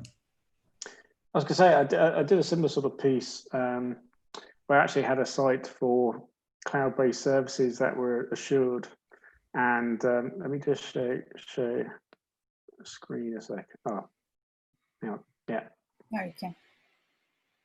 Let me just show you something. Yeah. So wait for it to do its thing. Is it sharing? Not yet. Oh, there we go. Not yet. Oh, yeah, you go. Yeah. Yeah. So it had these various points for different areas of interest, and it would indicate through simple color code and icon scheme where an organization had been assured or not assured. I'm just going to skim through that. So this one was AWS, for example. As you might expect, they tracked everything.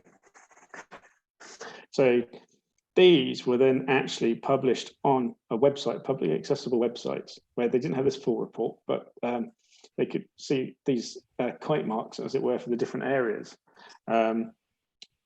And then, all the different services were listed and different suppliers. And this was done for AWS, it was done for Salesforce, etc.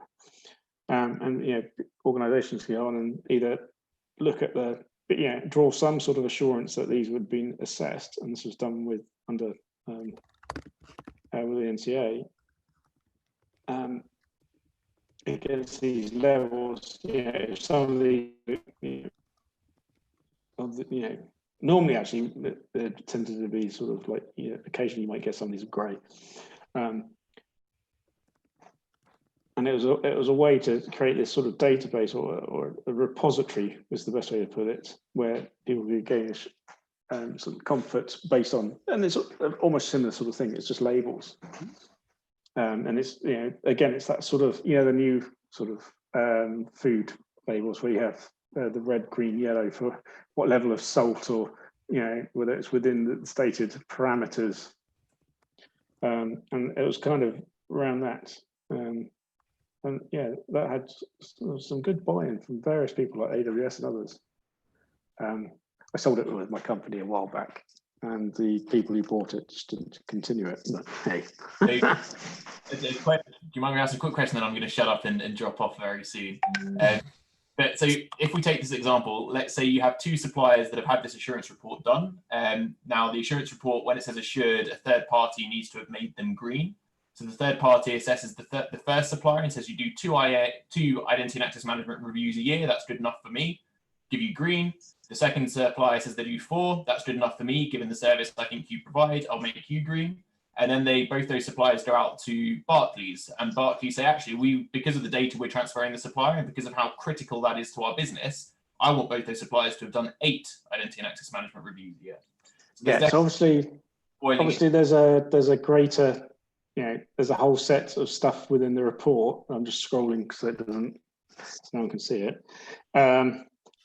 And therefore, with, if Barclays came along and said, I wanted, I'm happy with the green, but I want more detail, then as long as the people, they had permission from the vendors, then the full reports could be provided. And then you still run into the fact that an assurance manager has to sit there and read through the whole report and make a judgment. So either way. Well, so it was condensed into, it was reduced into about 60 odd areas of, and with relations to, so for example, a control area where they've got, say, AWS, they had a suitable clause of acceptance within their SOC 2 report and their ISO report and their PCI DSS report for that control area, then the references to those clauses were within the report, and if the manager really wants to go and look at those, he can, but the fact that it's been checked and those report clauses are contained within the report should be more than sufficient. And who paid for the report? Sometimes it was the vendors themselves, sometimes it was externals. See, but I think there's two things, Heidi. That first of all, you can't develop a solution based on the people that today have the least interest in making that work, right? We know there's a number of players in the market that have resisted that, and that was not going to change. So they're going to go kicking and screaming into this, right? The same way that the companies 50 years ago complained about publishing their annual accounts, right? Is the same thing. The same way that the companies refused initially to publish things about healthcare, about health and safety, about pollution, is always the case, right? This is about breaking the market of lemons, right? It's about breaking the asymmetry of information and about creating standards. What I think you're talking about is that there is a level of complexity that we have to tackle on. Yes, there is level 1 green, level 2 green, level 3 green, and that's okay, right? I think we just need to tackle that on. Look at Cyber Essentials, right? Cyber Essentials, it's a great baseline, right? And look at some of these things. So I think that what we need is to have a way to have the labels so that if me as a buyer goes, I care about A, B, C, D, I can then get a rating on what that looks like. Right? So that's why this is a gigantic graph, and you have to treat it as a graph, and the data set has to be delivered as a graph because you have to apply your transformation. Completely agree with that. Yeah. Right? Now I want to bring Sarah Clark because she texted me on the chat here an amazing research that she's looking on, but I want to nudge her to share with the group. Sarah, over to you.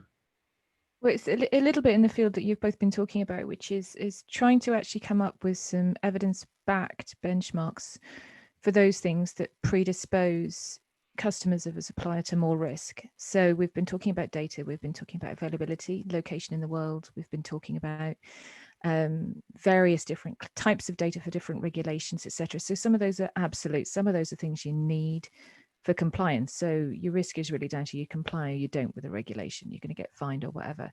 But you can have additionally a risk-based data. So I'm trying to look at whether I can maybe do possibly even a PhD, take some time out and look at data available on the darknet, prices of data availability. But I've seen some research as well on actual hardcore correlations to instance stats for the number of employees who can lay hands on data means more breaches and worse breaches over time. Hardcore analysis of HIPAA data. Now that intuitively, we know that makes perfect sense, but no one's got the data to prove it. And if we've got the data to prove it, then we can scale it into tiers in a defensible way. So I'm looking to try and drive out a core set of the kind we've been discussing as a piece of work, because I think we kind of need a common place to rest, at least as some central things in the way of labeling, in the kind of labeling area. So the only thing I would say is do it in an open way, because I think what you'll find is there's enough players today that that you get enough momentum. Look, a good example is the COVID Safe Path apps, right? Here's an app that is going for the space of providing a COVID tracing application that right off the bat say we were privacy conscious, we privacy aware, we want to follow the ASVS guide, we want to do this. They will dance, right? They have to dance because they have nowhere to hide, right? All the code is open source, all the pros are open source. There's, it's actually a case where if anything is behind the scenes, you worry, right? It's like what's going on. So if you take those projects, they are meaty enough that they will give you the data. And I think there's a number of private companies too, or more traditional companies that are open source, but they also should play the game because they can do it. They have good security teams. They're doing the right thing. The bits that they don't do security, it makes sense, because it doesn't make sense for them to be good at certain things, right? And so there's enough of those companies. Look, I can talk to 10 companies. I can tell you straight away who has a good security team, right? You just ask them, give me all the data regarding security on your product, right? And if the first one tries to sue me, they have fuck all, right? The second one says, yeah, we need to sign an NDA. It's not something we share against, they have nothing. The third one goes, I'll get back to you. It's really important. They know they're going to create it. If the last one gives you a bunch of documents, right, and say, here's the link, here's the link, here's the link, who got good security, right? It's like, it's not even rocket science, right? It's like good security doesn't appear from thin air, right? You either have the processes or you don't. You either rotate your keys or you don't. You either have 2FA or you don't, right? And none of these things happen straight away, and we can measure it, right? It's, those compliance reports, they have to be made publicly eventually, right? It's the right side of history. So, and the fact that we get there. Well, you start playing the game, right? Like the problem today is that it's very hard, for example, for somebody to push a standard when there's no standard. It's very hard for somebody to say, I'm not buying from anybody unless they do this, when there's nothing to leverage. So I think the big companies, they're all creating their own version of the standards, and they're pushing down to their suppliers, which is great, because that's how you get a scalability. But I think that we need, multi-levels of standards so that companies can apply to. Look, I want one, right? I want to compete from Glasswall on security, right? But I don't want to compete on ISO 27000, right? Because there's a bunch of stuff in there that we don't need to do, right? So I need that granularity. I need those 3, 4, 5 levels that I can say, we do level 1, we do most of level 2, we work on level 3, we're going to tackle level 4 next year. And then it's about, what do our competitors do, right? And it's about the market rewarding who does good security. Without the market feedback loop, is never going to happen, right? It's and history proves that, right? Like Simon had a great, I don't know if you guys noticed when he talked about the insurance and the government map. Did you guys pick up what he was really talking about? So there's and Sarah, what you're doing is amazing, right? You have to follow that up, right? The one of the comments that Simon made, which I think is so telling, is when he's talking about the regulation, he mentioned that companies need standards, right?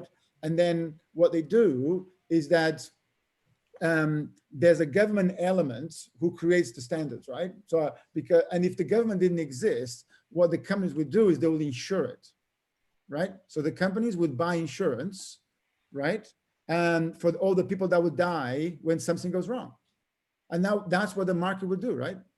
The market will buy insurance, leave to its own, devices, which is what's happening now. The market insurance is, I can create a product that has tons of security vulnerabilities. I can push it to my clients, and then I do damage limitation with the ones that get hacked because of my product, right? That's exactly the model we have today, right? So you change this by having common standards, by having common ways for us to evaluate what's going on and reward the companies that want to invest in security. Without that, it's a marketing exercise. Yeah, so we need to form a union or a unified voice as the companies, so that others understand this is expected. Yeah, well, look, the buyer has a lot of power, right? Like, and it works, right? You could see this working, right? Like the fact that the big companies now are pushing all these third-party compliance reports is great. But actually, I think it's also very inefficient. Actually means that you have tons of companies. And I think, Hayden, your point of killing innovation, I wouldn't go as far as killing innovation. I think you reduce innovation. It's true, right? Look, and I could say that at the company I work for, they already suffered from that. They already delayed product releases. They already spent engineering resources, I would argue, on things that they shouldn't have to at that moment in time. But it's why? Because you're getting security pushed down without a very good framework. Mm-hmm. And what we want is a very good framework that scales, that gives you this maturity model or these evolutionary steps as your product gets more and more used and more adopted. This security profile should be going up and up and up. because you'll be exposed to a wider You agree with that? and more malicious user base. But also as a consumer, my biggest frustration is that I couldn't use my bargaining power to drive good security, right? Because I didn't have good data, right? So if you look at any mid-sized organization, your supply chain just of your organization is 800 to 1,200 companies. Right? Now, how the hell do you manage that, right? Like, I need a way that I need a report of every one of them. In fact, one of the things that we realized was that our problem was not the big ones and the small ones, which was very interesting, right? The problem was not the big boys because they know what they're doing. They had good security teams. Also, they get it. The irony was the small players tend to be really good at security because they know they're small, right? And they know that a security problem actually is an existential threat to them. So ironically, although you could say they're very immature, the risk was low, right? Because yes, it was sorry? User awareness is through the roof in small companies. Exactly, right? So actually they really care about the data. They didn't want it to give confidential data. They deleted stuff straight away. Ironically, they actually had really good security practices, right? I think you could say they were crazy immature from a technology point of view, right? Is the crowd in the middle that was crazy dangerous because they became popular. They were on that massive growth path. They were just holding on to make sure they couldn't collapse and trying to serve the customers. And security is like, throw down the window, right? Because, they were on an existential path that if they couldn't fulfill, they would lose a lot of customers, right? Not for security, but they couldn't just fulfill the thing. So the irony is those in the middle were way more dangerous. They're way more cavalier with your data, right? And that's the place where we had problems. Whereas in those highly growth startups or companies that, where they were not massive, they didn't have a lot of security teams, they're not middle, but I needed a way to measure that. And we don't have yet, right? Maturity measurement. Yeah. And I think we overbake this, right? I think this is one, like, if you have no metrics, guess what? 10 metrics is better than nothing, right? Exactly. And the things that Tony was showing, there's nothing like going to a board and saying, we are half red, our competitors are half green. It's like, hello, we are not competing. And if they start to lose customers because of that, right, then it will drive change. I agree. Right? But without the market economics, it will never work. Right? Because it's not efficient. Right? I agree. Yeah, completely agree. I think where I would disagree with you is just on the execution of getting there. Yes, but that's where there's a market for a company like yours, right? Yeah. I didn't want to say it. But look, it's the bottom line, right? Like the moment, look, the reality is if it was a solved problem, we would be having this conversation, right? Like the reality is today, this is one of the core problems we have in security, right? Most of it is freaking snake oil, right? Like I think, Demi, like I completely agree with your analysis on the risk of security tools, right? I've done a risk assessment where my result was it was more risky to put the security tool I agree. in our network than not to have it. Right? And isn't that insane? No, that's logical. It makes sense. They're basically on all the fire hoses there, like in general, Kubernetes, okay? And containers are cool, blah, blah, blah, blah. Let's install Kubernetes security. What that means, basically, you're installing a high privileged Docker container that runs inside your network and you can't control it. And he's the gatekeeper. And I'm like, if that gets breached, that's it, like game over. Exactly. And now let's talk about the SDL of that piece of code. I know. And I think that's how you start this, right? You start small. And labels are so cool because labels is something that everybody understands. But the frustration here, right, is that we're still not talking about the content of the labels. We're talking about the existence of labels at all. And that's my frustration, because what we should be talking about is the scalability, the testability, like compliance as code. Compliance as code is the future, right? Because you have to automate these things, right? So until you script the data that goes into that dot there, it's still a manual process. But there's an evolution here, right? We almost first need a freaking label, right? That published that. Agree. Guys, I really apologize. I have an 8-month-old that I need to attend right now. This is like super interesting and I can't leave, but my wife is texting me. And We need to stop at some point. So we have overrun 30 minutes. This was supposed to be a keynote for 15 minutes, right? Well, Sarah, but there is a lightning talk in 10 minutes time. Yes, there is as well. Sarah, so how can we help you with this? Because I think it seems to be that there's a lot of synergies here. I'll circle back. I need to find out, I need to set out far more clearly what I think the edges of it are, and then you have the kind of contacts and breadth of scope of understanding about who might feed me information to start that process that I can then share out the work of analysis between others. So the key, right, and this is very important, right? You have to create a model that what you do is Creative Commons and open source and open out of the bat. And although you might feel that it's a little bit limiting, what it means is the amount of resources, the amount of talent, the amount of data that you get access to is actually much bigger. Although it might feel limiting in the beginning, although you might find a lot of companies that will immediately don't want to talk to you. And then you just have to go, well, that's your problem. But if you make it Creative Commons and open source from the beginning, you have access to a much wider pool of individuals that will spend the time and help you, like we are doing right now. Great. Well, it needs help. It needs steer. But yeah. I think a key question here is, do you need to create a model at all? I mean, there's the security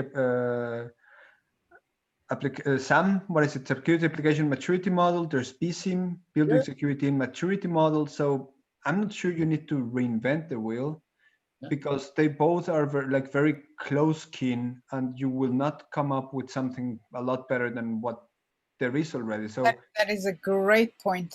Just by applying these ones and using these ones, it might be enough already. I mean, my experience is when I have to deal with some of these young companies, I just give them that thing and ask them, fill it out for me, please.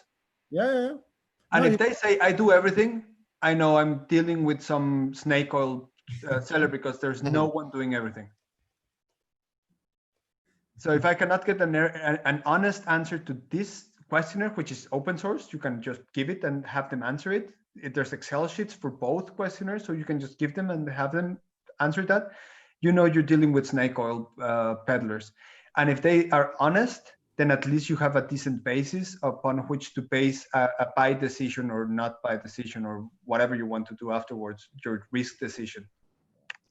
So actually, Sarah, take a look at the work that Ben has done. And he also, during the summit, he also published a really cool spreadsheet that he created, where he's trying to intersect all these different standards and come up with, for example, a set of questions or set of items that, address or their relationships with all the different standards, from ISO to SOC to actually OpenSAM and others. And I feel that, don't reinvent the wheel, right? Because we already have. No. Dennis, hi, it's Chani. Have you considered the, I know I was jumping in and out of this call, so I was catching someone's stuff, so correct me if I'm talking something else. But I think the problem here is, how do we risk assess these suppliers and then the procurement process, right? And there are a lot of standards that are out there, like NIST and ISF and all this. What is your best practice or the kind of advice around here using these existing standards rather than creating something completely new? So look, my view on this one is that and this is where a worldly map is actually very interesting, right? So in my head, I have a worldly map. This is what I was trying to visualize. Yeah, now. I know. I used to promote worldly maps. That there is a part of here that has to be a commodity, right? There's a part of this that has to be standardized. We agree as a community. It's well documented. Is well mapped, right? But there's always going to be an element that is proprietary, right? There's always going to be a closed element, because there's a moment that you really are hitting, very sensitive information on the company, right? The interesting thing is where that line is, right? and where the line is that, this is data that I'm using internally from a management point of view, and this is data that I'm now comfortable to share. But that graph, has to kind of be connected, or else it doesn't fail, because it has to be connected to the real world, or else you need a risk team that spends a lot of time and money to populate a spreadsheet that by the time they finish, it's out of date. Yeah. See, I was involved in one of the creating a risk assessment process for supply chain for one of the big four. And this was one of the big challenges we had. What kind of frameworks are we going to use? Are we going to mix and match things, or, create their own new thing? And then we kind of settled into more of a mix of NIST and ISF standards in terms of risk assessment.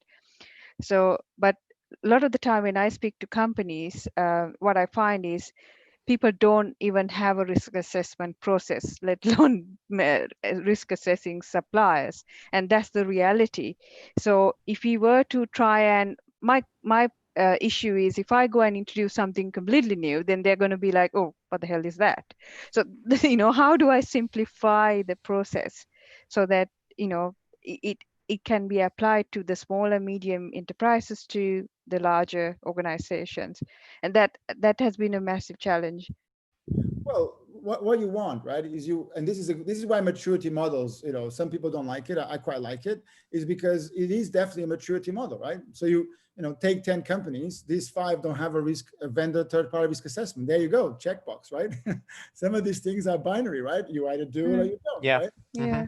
And then you go, how do you do it? Now, and the reason I was saying that some of this is proprietary or unique is because eventually is the consumer that has to process the data, right? Eventually, actually, Hardy had a great point, which is each consumer might have different requirements.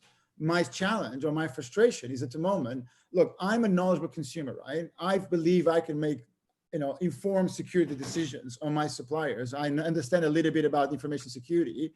I can make a better decision about what orange juice I buy, right, than I can on the security products that I put at the heart of my organization, right? That is wrong, right? So we're not even talking about, right, making this super consumable for the end consumer. We're talking about that we don't even have good data for, informed professionals in our profession to actually make a good decision. So I think the way you scale this is by building multiple layers, right? Is literally you have a maturity model, right? Level 1, do you do this? Do you do that? Do you do this? Do you do that, right? And actually, look, I can look at a website and I can tell you if they have CI/CD pipeline, right? Just by the way the website is designed. Because the CI/CD pipeline will do things to your web page that somebody who does it manually doesn't. So I actually think that the companies who are doing this with public information, they can already play this game, right? Because, a lot of this data is public. But what you want to do is where you're going next, which is you want to create a level, right, that has almost a maturity evolution of what is the first 5 things you should do. Once you do those, what's the next 10? And what's the next 20? And the next 30? Like the doctrine, right?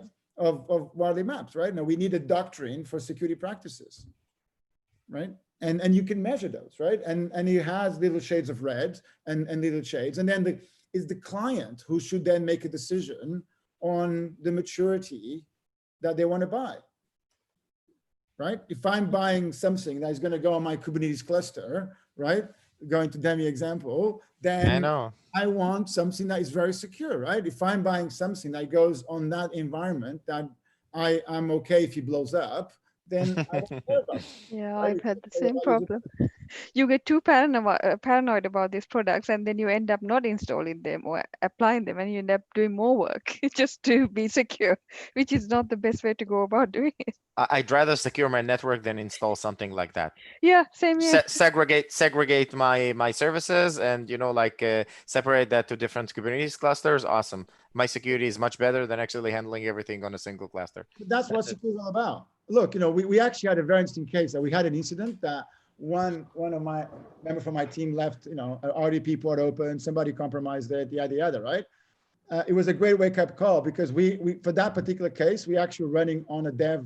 We actually created a separate AWS environment for that. So a different project, probably, yeah. Simple as that. We got compromised. A problem occurs. Was any customer data there? Was anything there? No, no. Destroy the environment. Start again. Right. That's how you get security. Right. You get security by creating all these pockets of isolation, so you don't have a single point of failure. I agree. Right. That's actually good security practices. Right. Separation of concerns. Alan suggested the NIST and the ISO 27K, and I think IRAM 2 is also really good. I went really deep into that one point, when we were doing that piece of work, and it covers a lot of the vulnerability assessment side of things, and also threat modeling, risk assessment, your BIA, and that kind of gives it takes a lot to implement something like that, but once you get it going, I think it's a really good model when you have to implement those different maturity levels as well. The problem with some maturity models is, for example, if you look at the NIST cybersecurity framework, that one takes a lot of things into consideration, everything that can happen in security. And application development is just one point out of it.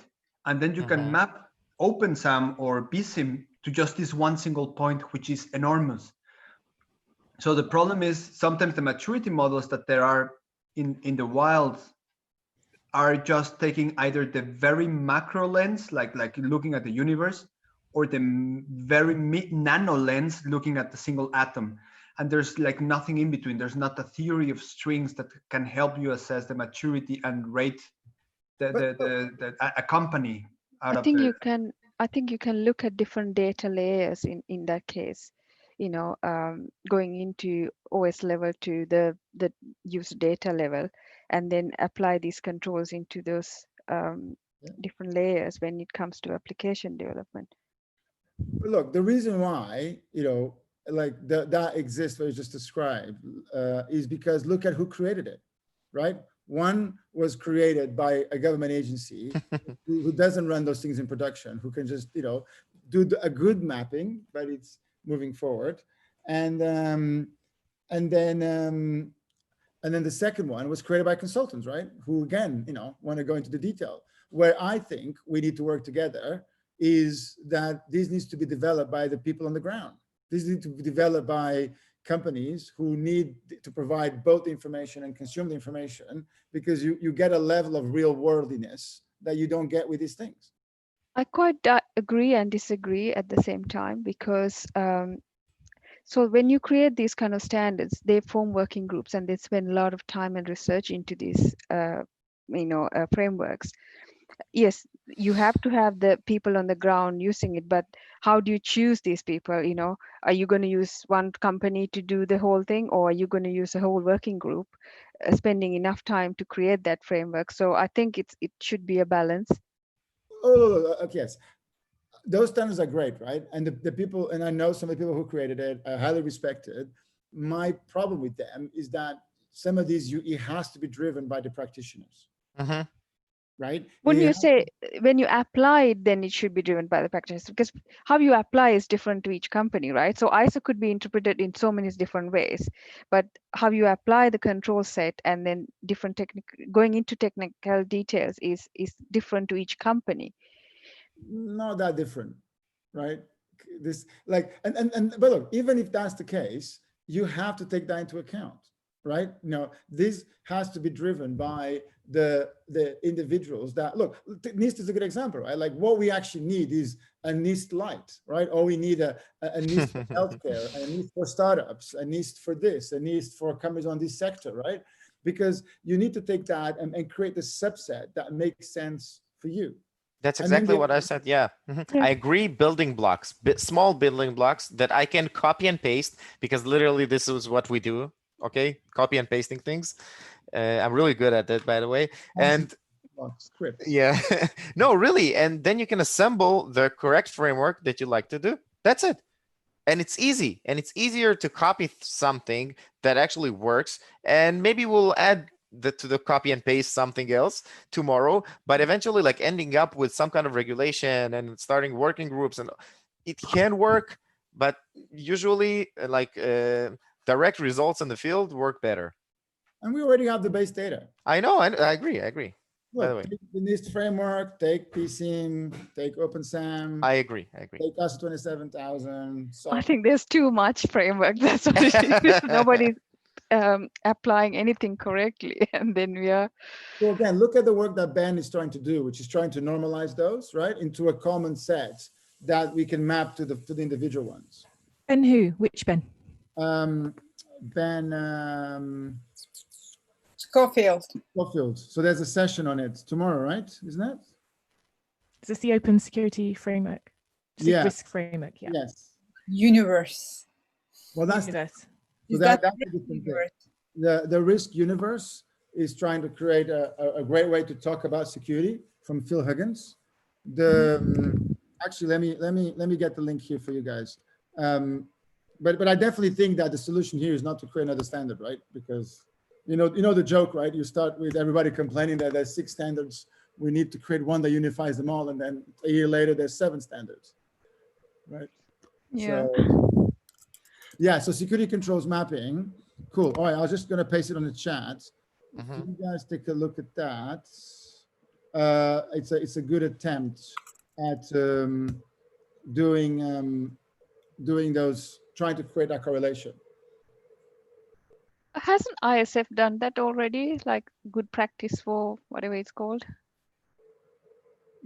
Probably. I haven't seen it. What is that? Which one? ISF good practice for, I think, I can't remember the name. Let me just find out. So businesses do this frequently. They literally have done it historically, and I'm talking a while back on paper, great big lever arch folders where they've cross-referenced every standard. So they know that there's a core that cut across everything, and then it branches out by technology and service type. It sounds similar kind of exercise. Yeah, good practice for security standard, I think. Hold on, I got it here. I need to look into that. So actually, I think I'm doing a session tomorrow, which I would cheekily invite you to, which is at 1 o'clock, 11 o'clock, which is actually security labels for the COVID apps. So if you are around, where what I want to cover on that session is how can you create a labeling system for the multiple COVID applications that exist around the world.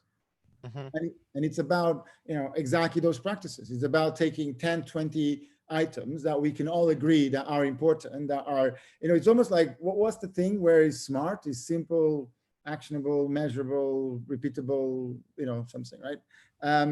Timely, and apply that and come up with 10 things that is easy to measure so we can have a label on an app. Right? And again, start simple, but if you have something. Sorry? At least have something. Yeah. Look, if you're going to install an app and the app says, I care about privacy, and then I'm going to take a lot of your sensitive data, it's having a label will promote a lot of good practices. And will allow, a lot of third-party governance to be a lot more effective. Okay, I see it. So he's mapping CSA, ISO, CIS, OWASP, and MPA. Is that the one? Yes. Okay.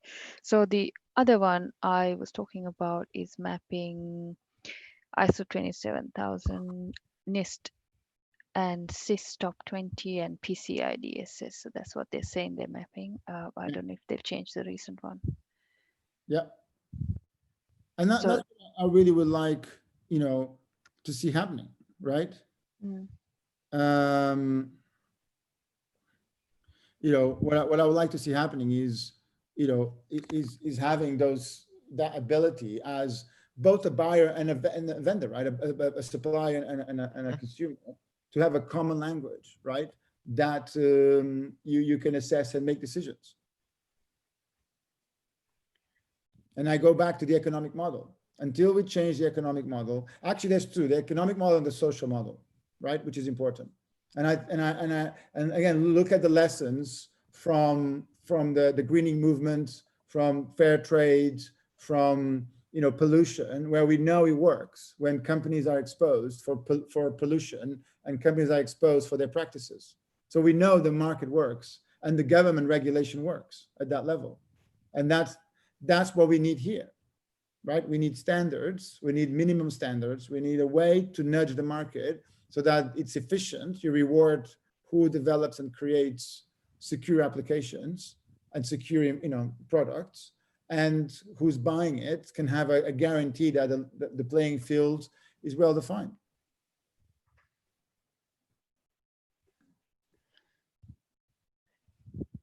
That's kind of an interesting thing, because that's something I was going through. There's a lot of talk about kind of trying to get that, at least from, have as a vendor to say, here's my marks, my labels. But I think there's a big point about actually having some commonality of the buyers understand what are the right questions, and what are the to ask as well. Yeah, and Greg is one of the ones I do have to fill the 500, answer, or is it 700 questions? Yeah. Try the SIG. It's like 1600, I think. The SIG core. Good luck. Yeah. Actually, I think one of the last ones we filled in was about that big, right? C'est la vie. Yeah, but that's what you want, right? You want to have those standards. And I want a way that I can engineer this out, right? I want a way that I can publish on our website what we do, how it's done, but also a way to put pressure on my teams to deliver it, right? I want to have a quality bar, right? So we already have this idea of MVPs and VPs and Ps, which is minimum viable prototype, viable product, and product. And we're now thinking about, pioneers, settlers, town planners, right? But I want to have very clear gates for what does it mean for a product to go from one side to the other. But I also want a way to share it with the customers, right? Because, the sales guys have to keep under control, right? Or else they'll sell things that are not sellable. Or they'll sell something as a PE product that is still a VP. Now, there's customers who don't mind to be sold a viable product because it does something that they don't have today. What they don't want is to take that at face value, slap that into your Kubernetes cluster, right? I won't do that ever. And blow up, right? Well, but that's what happens in a lot of cases, right? But I think it's important to understand, the maturity of the products, and the customers understand that, right? But without those standards, we don't have a way to make that work. Guys, I really need to drop now you off go, right man. now. This is like insightful. Thank you very much for everybody for sharing. Like literally, I enjoyed 3 hours of talking right now. Yes. Thank you so much. Thank you. Yeah, thank you very much. Bye. I will be circulating the outcomes document for your inputs, guys. Thank you. Yeah.